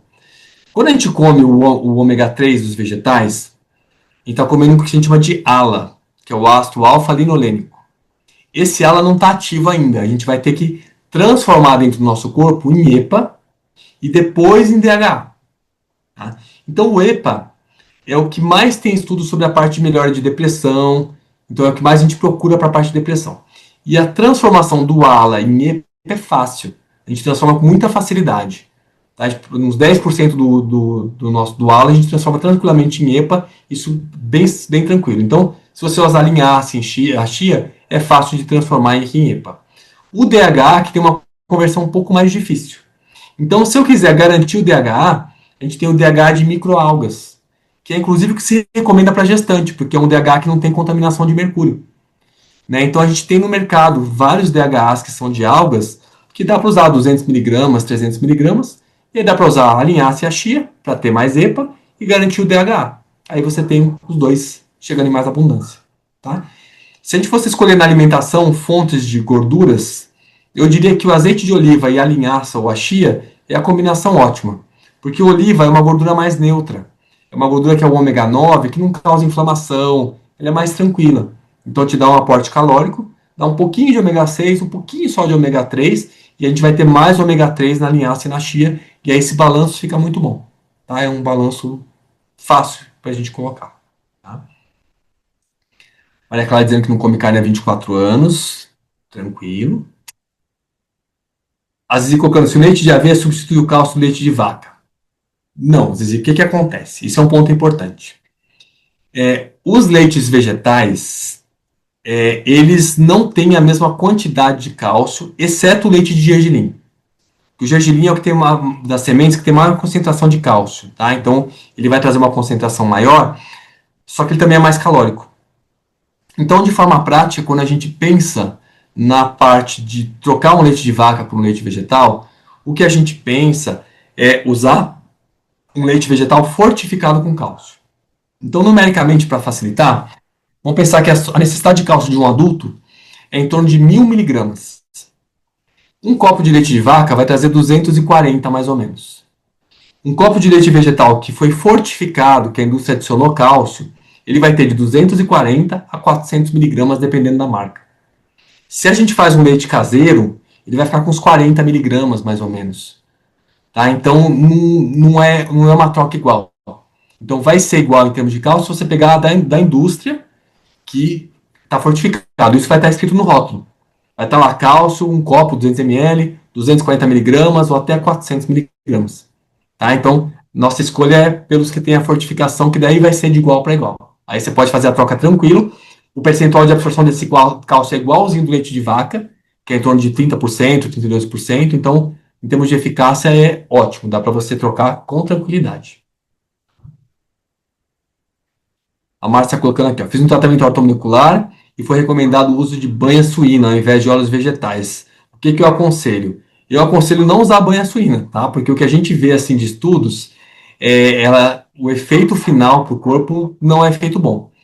Isso vem de uma série de profissionais que têm defendido muito caldo de osso, banha de porco, né? Mas o que a gente vê em estudos é que quando a gente faz a troca, até vou fazer uma publicação sobre isso, eu tenho uma sobre esse assunto e vou fazer uma outra sobre manteiga e óleo, que tem estudos mostrando que a manteiga também não teve um efeito melhor do que o óleo. O óleo tem efeito melhor vegetal do que essas gorduras. Tá? Então, eu não recomendo. A Silmara perguntou se o pólen é um alimento completo. Não é, Silmara. Não tem como ter tudo que ser no pólen. Tem alguns elementos mais ativos, né? Que algumas pessoas usam, mas ele, pra gente, não é um alimento completo. Mesmo porque imagina a quantidade que você precisaria ingerir de pólen, né? Para conseguir chegar nas calorias, da proteína, no ferro, no zinco. É muito, muito volume. Não teria como a gente chegar nisso. Mônica perguntando se eu uso muito Ora Pronobis da flor branca. Tranquilo, o pessoal até brinca que é a carne vegetal, mas não é exatamente assim, porque o que é interessante? Quando você olha as tabelas nutricionais, elas falam do teor por 100 gramas do produto. Então, 100 gramas de uma folha, nossa, tem mais proteína do que outras folhas. Mas 100 gramas é bastante volume de folha, né? Então, para a gente chegar numa carga grande, é muito volume que a gente tem que comer. Então, dentre as folhas, legal, pode usar, tranquilo. Mas a gente vai pensar na proteína como os feijões, essas outras fontes mais concentradas. José falou se poderia falar sobre o própolis verde, né? Se ele é benéfico. Tem estudos com imunidade, falando de parte benéfica sobre ele, tá? Mas quando eu penso mais na imunidade, eu penso em outras substâncias que dão um efeito geralmente um pouco melhor. O zinco, a vitamina D, o aspartato de arginina. E tem fitoterápicos, né? Que dá para usar também, nesse sentido da imunidade. Então, o pessoal tem usado mais essa parte de imunidade, mas lembra sempre o seguinte, quando eu penso na parte de equilíbrio corporal, não pode faltar nutriente. Se faltar nutriente, o resto não vai ter um efeito. Então, se faltar ferro, a imunidade vai ficar baixa. Se faltar zinco, vai ficar baixa. Então, são elementos básicos para a gente corrigir primeiro, para depois pensar em usar uma coisa além. Então, de fitoterápico, por exemplo, tem a equinácea purpúrea, que é bem conhecida, que muitas pessoas usam para infecções respiratórias, para resfriado, que é uma possibilidade de uso também, tá? Mas, geralmente, por um tempo mais curto. Então, você imagina, você vai usar um fitoterápico para estimular a parte imunológica e a pessoa está com uma falta de ferro, uma falta de zinco, aí ela nunca vai ficar bem, né? Então, pensar nessa base primeiro para depois pensar em algum plus, que seria até o própolis aqui. Gabriela perguntando qual que é a minha opinião sobre suplementar whey protein. Esse é um dos pontos importantes, Gabriela, que hoje está todo mundo enlouquecido com a proteína para cima e para baixo, e a gente vê que a maior parte da população brasileira já come mais proteína do que precisa. Então, hoje, o que eu faço? Eu olho no exame de sangue. Se a ureia está inadequada, está mais baixo, opa, tem margem para aumentar a proteína, opa, está demais aqui, vamos abaixar. Então, a gente usa a faixa de corte dentro da faixa de referência, né, para poder ver como é que está esse balanço. Então, a gente vê que muitas pessoas estão usando sem precisar e acaba sendo nocivo para as bactérias intestinais. E uma coisa importante, dieta hiperproteica e longevidade não combinam. Tá? O estímulo das dietas hiperproteicas em vias corporais metabólicas reduz longevidade. Então, o que a gente vê de efeito é uma dieta normal de proteína, com uma quantidade boa de carboidrato e uma proporção menor de gordura. Isso que a gente vê mais efeito para longevidade. Tá? Então, cuidado com o excesso proteico, que não é realmente uma coisa isenta de problemas para a gente. A Carla colocando, a verdade é que nível alto de vitamina D no sangue pode ser prejudicial para a saúde dos vasos? É verdade, Carla. O que acontece? A vitamina D, eu gosto de falar muito para os meus alunos que ela representa a sua capacidade de absorver cálcio. Então, quanto mais vitamina D você tem, mais você consegue absorver cálcio. Então, imagina uma pessoa que tem deficiência de cálcio. Está suplementando cálcio, a gente vê o cálcio na urina, não fica bom. Se aumentar a vitamina D dela, é legal para ela. Ela vai conseguir absorver mais. Só que se é uma pessoa que já está bem, e eu aumento mais a vitamina D, ela começa a absorver muito cálcio. E ela vai ter intoxicação. E a intoxicação da vitamina D se faz pelo cálcio, não pela vitamina D. Ela começa a absorver tanto cálcio que o corpo tem que se livrar desse cálcio. E daí eu começo a jogar esse cálcio para fora pela urina. Eu posso fazer cálculo renal, posso calcificar os rins. Então, nessa época de Covid, que o pessoal começou a inventar que tem que suplementar em doses altas para todo mundo, os centros de diálise ficaram cheios de pessoas intoxicadas fazendo diálise mesmo, porque os rins paravam ali. Né? Então, ela é um fator de preocupação, sim. A gente não pode deixar alto demais e também não pode deixar faltando. Então, a gente nessa situação vai mobilizar todo um sistema corporal e aí cálcio chegando em excesso, os rins sentem muito na parte vascular renal, e o cálcio, se ficar alto no sangue, dá arritmia, pode dar infarto, pode dar muito problema. Então, tem que estar bem ajustado. Geralmente, a vitamina D entre 30 e 60 é um nível muito seguro da gente manter. Tá? Vai deixar mais alto que isso, tem que saber o que está fazendo, tem que estar dosando o cálcio urinário para ter certeza que está tudo bem. Alguém vai falar assim, poxa, América, mas tem aqueles estudos, né, que o pessoal usa doses altas de vitamina D para tratar doenças autoimunes. Doses super altas. Só que o que eles fazem? Eles sabem o que estão fazendo, eles tiram todo o cálcio da dieta. Porque a vitamina D fica super alta, a pessoa fica super capaz de absorver cálcio, mas não chega a cálcio da dieta. Então não intoxica. Mas eles vão dosando o cálcio urinário, vão dosando os hormônios que é o PTH, eles têm todo um cuidado. Né? Então, é um tema realmente muito sensível que o pessoal começou a orientar de uma forma muito negativa, ó, pode usar à vontade, que não tem problema, e não é assim, tá? Porque pode intoxicar realmente. Eu já atendi alguns casos de intoxicação, e um desses uma criança ficou alguns meses na UTI, foi bem complicado mesmo, então tem que tomar cuidado. A Denise fala assim, ó, o senhor é a favor das estatinas para baixar os níveis de colesterol? Alguns médicos afirmam atualmente que os níveis elevados de colesterol não são tão ruins. O que acontece, Denise? Os estudos que nós temos controlados, estudos que são populacionais, eles são muito convergentes no aspecto de que o colesterol alto é um problema, tanto para a doença cardiovascular quanto para a parte demencial. O que acontece é que muitas pessoas da linha da cetogênica, da low carb, de uma linha mais carnívora, eles contestam esses resultados dizendo que isso não seria um problema. Mesmo porque o que vai acontecer? Essas dietas vão aumentar o colesterol. Porque o que aumenta o colesterol? Gordura saturada, gordura trans e colesterol dietético. É isso que mexe com o colesterol. Tanto é que se você tirar os três e abaixar e aumentar carboidrato, o colesterol despenca. Os estudos com vegetarianos, 100% dos estudos abaixam o colesterol. E um dos estudos que eu acho fantástico a gente colocar, né, como exemplo, é o estudo do Dean Ornish. Ele tem duas publicações. Ele fez o seguinte: pegou pessoas com doença cardiovascular, já com eventos cardíacos, e separou em dois grupos. Um grupo para seguir uma dieta totalmente baseada em plantas, vegana, de baixo teor de gordura e mais alto teor de carboidrato.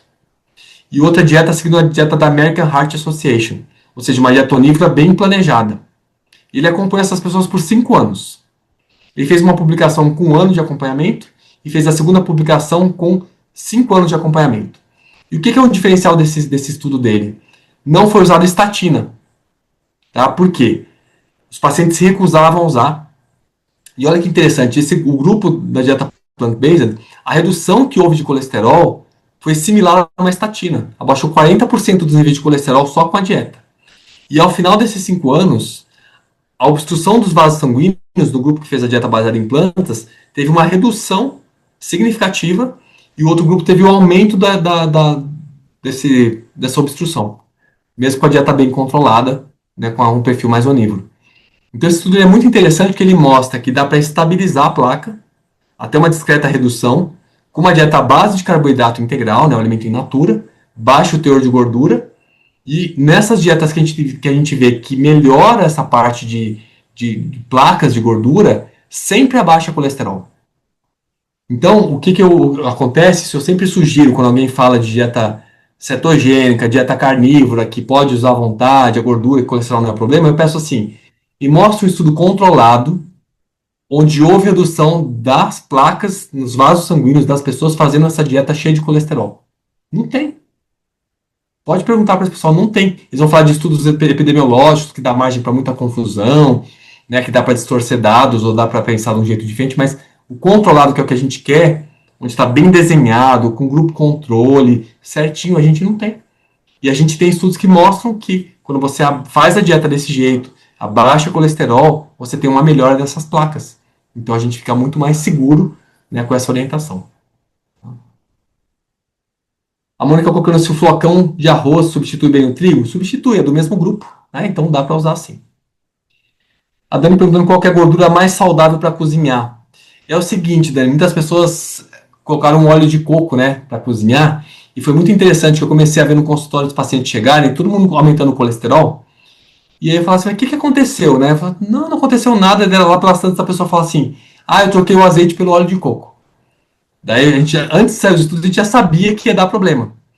E aí, hoje em dia, a gente tem estudos de revisão, as revisões sistemáticas, que eles mostram pra gente que o óleo de coco aumenta os níveis de colesterol. Então, para cozinhar hoje, o que a gente mais recomenda é o azeite de oliva. Só pra gente ter uma ideia, existe uma temperatura que a gente destrói o óleo. A gente chama isso de ponto de fumaça, é o ponto que aquele óleo é destruído. Então, o óleo de oliva, ele aguenta 188 graus. Então, pra gente ter uma ideia, num refogado não chega a 100 graus. Água em ebulição, 100 graus. Panela de pressão, 120 graus. Está tudo abaixo dos 188. Só vai ficar acima disso e vai para um forno. Daí para forno, quem alguém aguenta 240 graus é o óleo de soja. Daí que eu sugiro é o óleo de soja prensado a frio, né? Não transgênico, tem uma outra marca no Brasil que a gente consegue, que dá para usar em forno. Tá? Mas para cozinhar eu sugiro o óleo de oliva mesmo, porque é uma gordura mais rica em ômega 9, que é uma gordura neutra. Ela aguenta bem a temperatura, então é mais tranquilo. Tá? Lara perguntando minha opinião sobre a manteiga ghee, que é muito usada na cozinha védica. Então, do ponto de vista da constituição dessa gordura, é uma gordura muito saturada, como se fosse a manteiga mesmo. Ela é uma manteiga clarificada, mas a base dela é saturada. Então, para a pessoa que precisa reduzir colesterol, melhorar a parte da insulina, a redução dessa gordura acaba sendo mais importante. E hoje já tem uns trabalhos e tem profissionais dentro do Ayurveda que fazem um perfil todo baseado em plantas, com resultados muito interessantes, né? Para quem gosta de seguir, tem a Marise Berg, que é uma amiga minha que é nutricionista. A Marise, ela mexe muito com a Ayurvédica vegana e ela faz substitutos, né, para o ghee que dão efeitos muito legais e fica bem interessante. A Luísa perguntou o que eu diria sobre colesterol, o que a gente pode fazer para reduzir o colesterol. Então, olha só. Colesterol, como a gente falou, são 3 produtos que causam o aumento: gordura trans, colesterol da dieta e gordura saturada. A saturada, para a maior parte das pessoas, é o pior problema, tá? Porque ela vem em mais volume na nossa dieta. Então, colesterol não adianta tirar carboidrato, que não muda, não adianta a gente fazer atividade física, o efeito é muito pequeno, o efeito maior mesmo é com essas gorduras. Então, aonde estão as gorduras saturadas? De fonte vegetal, tá no óleo de coco, de palma e dendê. Então, palma nos alimentos mais industrializados. A indústria coloca bastante para dar mais crocância, para ficar sólido em temperatura ambiente, então onde mais a gente vai encontrar. E de fonte animal é tudo, né? Manteiga, requeijão, queijo, ovo, carne. E eu diria que manteiga, requeijão e queijo são os piores, porque tem mais concentração de gordura do que a própria carne. Tá? Então a gente vê que é interessante nos estudos de forma geral, quando a pessoa tira só a carne da dieta, o colesterol abaixa 14%. Mas quando a pessoa tira também os ovos e os laticínios, o colesterol abaixa 35%. É o efeito de uma estatina, do medicamento. Agora, tem pessoas que geneticamente têm o colesterol mais alto. Como é que você faz para saber disso? A pessoa tem que estar toda organizada com a alimentação toda baseada em plantas, tudo integral, natural. Mesmo assim, está mantendo o colesterol alto, a gente fala, opa, esse caso é genético. Aí sobra o medicamento se a gente precisar fazer uma redução. Tá? Então, a gente tem a parte genética e a parte alimentar. Então, às vezes, a gente tira a parte alimentar, melhora, esse colesterol abaixa, mas a genética ainda mantém ele mais alto. Então, tem que estar com medicamento para baixar isso aqui. Agora, muitas pessoas, só de mexer com a parte alimentar, já cai de uma forma substancial, que às vezes você não precisa nem pensar em medicamento, que já vai para um nível super legal. A princípio, na cardiologia, a gente procura manter um LDL abaixo de 100. As populações que evoluem, que geralmente não têm doença cardiovascular, são populações magras, com dieta predominantemente vegetal, com bastante atividade física e com LDL abaixo de 70. Essa é a característica dessas populações que não têm nos idosos doença cardiovascular como a gente conhece no Ocidente. A Nara perguntando se o feijão moyashi é mais proteico que o feijão preto. O teor é muito parecido, tá? Não tem uma mudança muito significativa, não. Então, tanto faz. Sim, Silene, no caso dos vegetarianos, a proteína vegetal é suficiente, tranquilamente, né? A base de arroz com feijão é super tranquilo, né? Mesmo porque tem uma regra importante. Quanto mais a gente tem uma ingestão de carboidrato, menos proteína você precisa. Lembra que se eu começar a comer pouco carboidrato, eu tenho que destruir proteína para virar glicose. Então, o carboidrato te permite comer menos proteína, porque a proteína chega para fazer a função dela de construção, a função plástica, como a gente chama. Vai para a construção, não vai ter que ser quebrada para virar energia. Então, quanto mais eu abaixo o carboidrato, mais eu tenho que aumentar a proteína, porque se eu precisar de energia, eu vou quebrar essa proteína. Daí eu vou perder músculo. Tá? Então, nesse perfil onde eu aumento o carboidrato, eu posso tranquilamente abaixar a proteína, que eu fico com isso bem balanceado. Então, acaba sendo bem tranquilo. A Elisa falou sobre a questão da estatina, né? É uma possibilidade, se a gente está precisando reduzir o colesterol, a gente não está conseguindo pela alimentação, pelo estilo de vida. Tem fitoterápicos que têm ação similar, como a levedura do arroz vermelho, que é o red yeast, né, que muitas pessoas conhecem, tem um efeito similar à estatina. Então é um fitoterápico que seria possível, né, de usar, mas ele é mais caro, enfim, mas é uma possibilidade também. A Maria Clara perguntando se é possível tratar melasma, né, com algum alimento. Então, o melasma, a gente pensa mais na questão dos antioxidantes. E a radiação solar vai fazer a pele escurecer mais, a gente tenta fazer meio que uma proteção solar natural. Hoje em dia, na dermatologia, eles usam muito o polipódio leucotomus. Eu sempre confundo esse nome. É mais ou menos, é um fitoterápico, né, que tem esse efeito na proteção dos raios ultravioleta. Mas, assim, o efeito maior é você se proteger realmente do sol para quem tem as manchas mesmo. Tá? Não tem alimento, dá um efeito, assim, 100% mesmo. Tá? Obrigado, Nara. Fico feliz aqui estar com vocês. Denise perguntando qual que é a sugestão de café da manhã saudável que sustente, né? Eu consumo 2 ovos todas as manhãs com azeite de oliva após o exercício. É necessário consumir carboidratos? é assim, olha, depois do exercício, sempre o carboidrato tem que predominar sobre a proteína, que é o momento que é ótimo para o carboidrato entrar no músculo para ser reposto o estoque dele, sem precisar de muita insulina. Então é um momento muito bom de ter carboidrato e as diretrizes para atletas, por exemplo, colocam que sempre é uma parte de proteína para 2 a 4 partes de carboidrato no pós-treino. É sempre mais carboidrato que proteína para aproveitar a reposição de carboidrato e ter o aporte proteico. Tá? Então, só proteína no pós-treino não é uma coisa que a gente coloca, não. Tá? Tem que estar balanceado. Tem muitas possibilidades aqui de café da manhã que dá para fazer o ajuste. Eu tenho material, posso até mandar aqui, de repente, para a Zara encaminhar para vocês, do material que eu fiz quando eu estava na Sociedade Vegetariana, que nós fizemos 14 dias de refeição, todas diferentes, são 14 cafés da manhã, 14 almoços, lanches e jantares, todos diferentes, todos calculados, balanceados com os nutrientes todos, que dá para vocês terem uma ideia de composições diferentes. Eu passo para a Zara, ela manda para vocês, né, se for possível, que daí já vocês têm mais opções aí de usar, tá bom? Bom, só finalizando aqui, obrigado, Lúcia, Helena. A Elisnalda colocando sobre a azia com frequência, tem que ver o que está acontecendo com esse estômago. Tem uma gastritezinha, tem uma úlcera, combinação de alimentos, pode ter várias coisas que estão fazendo azia, tá? Então tem que fazer um aprofundamento um pouquinho maior nessa leitura, tá bom? Gente, acho que eu já cheguei no nosso tempo aqui, né? As 2 horinhas já de aula. E Tem assunto até meia-noite, mas a gente precisa dormir também, porque o sono tem que estar com prioridade, como a gente falou lá no começo, né? começamos com sono, temos que agora seguir direitinho. Exatamente. Tá? Mas eu Assim, agradeço muito a presença de vocês, né? Quem sobreviveu até o final aqui com a gente. Foi um grande prazer. Eu estou à disposição de vocês, tá? O que vocês precisarem, eu estou por aqui. muito grata, aprendi muito. Tenho certeza que toda a nossa turma também. Estamos aqui vendo as manifestações, né, de agradecimento das pessoas, a sua dedicação, o seu conhecimento. Encantada, muito grata mesmo. Obrigado. Fico feliz de ter contribuído com vocês. Receber esse material que o senhor está se dispondo a disponibilizar com a turma, né? Pode nos encaminhar, que eu faço chegar a cada um Tá? deles, tá? Já E te mando agora mesmo. tá bem. Acho que é isso, né, pessoal? Então, aí, os vários agradecimentos, manifestações da turma aí, tá cheio de coraçõezinhos subindo.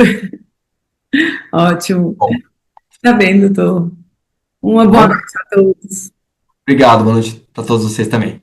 Até. Abraço. Tchau, tchau.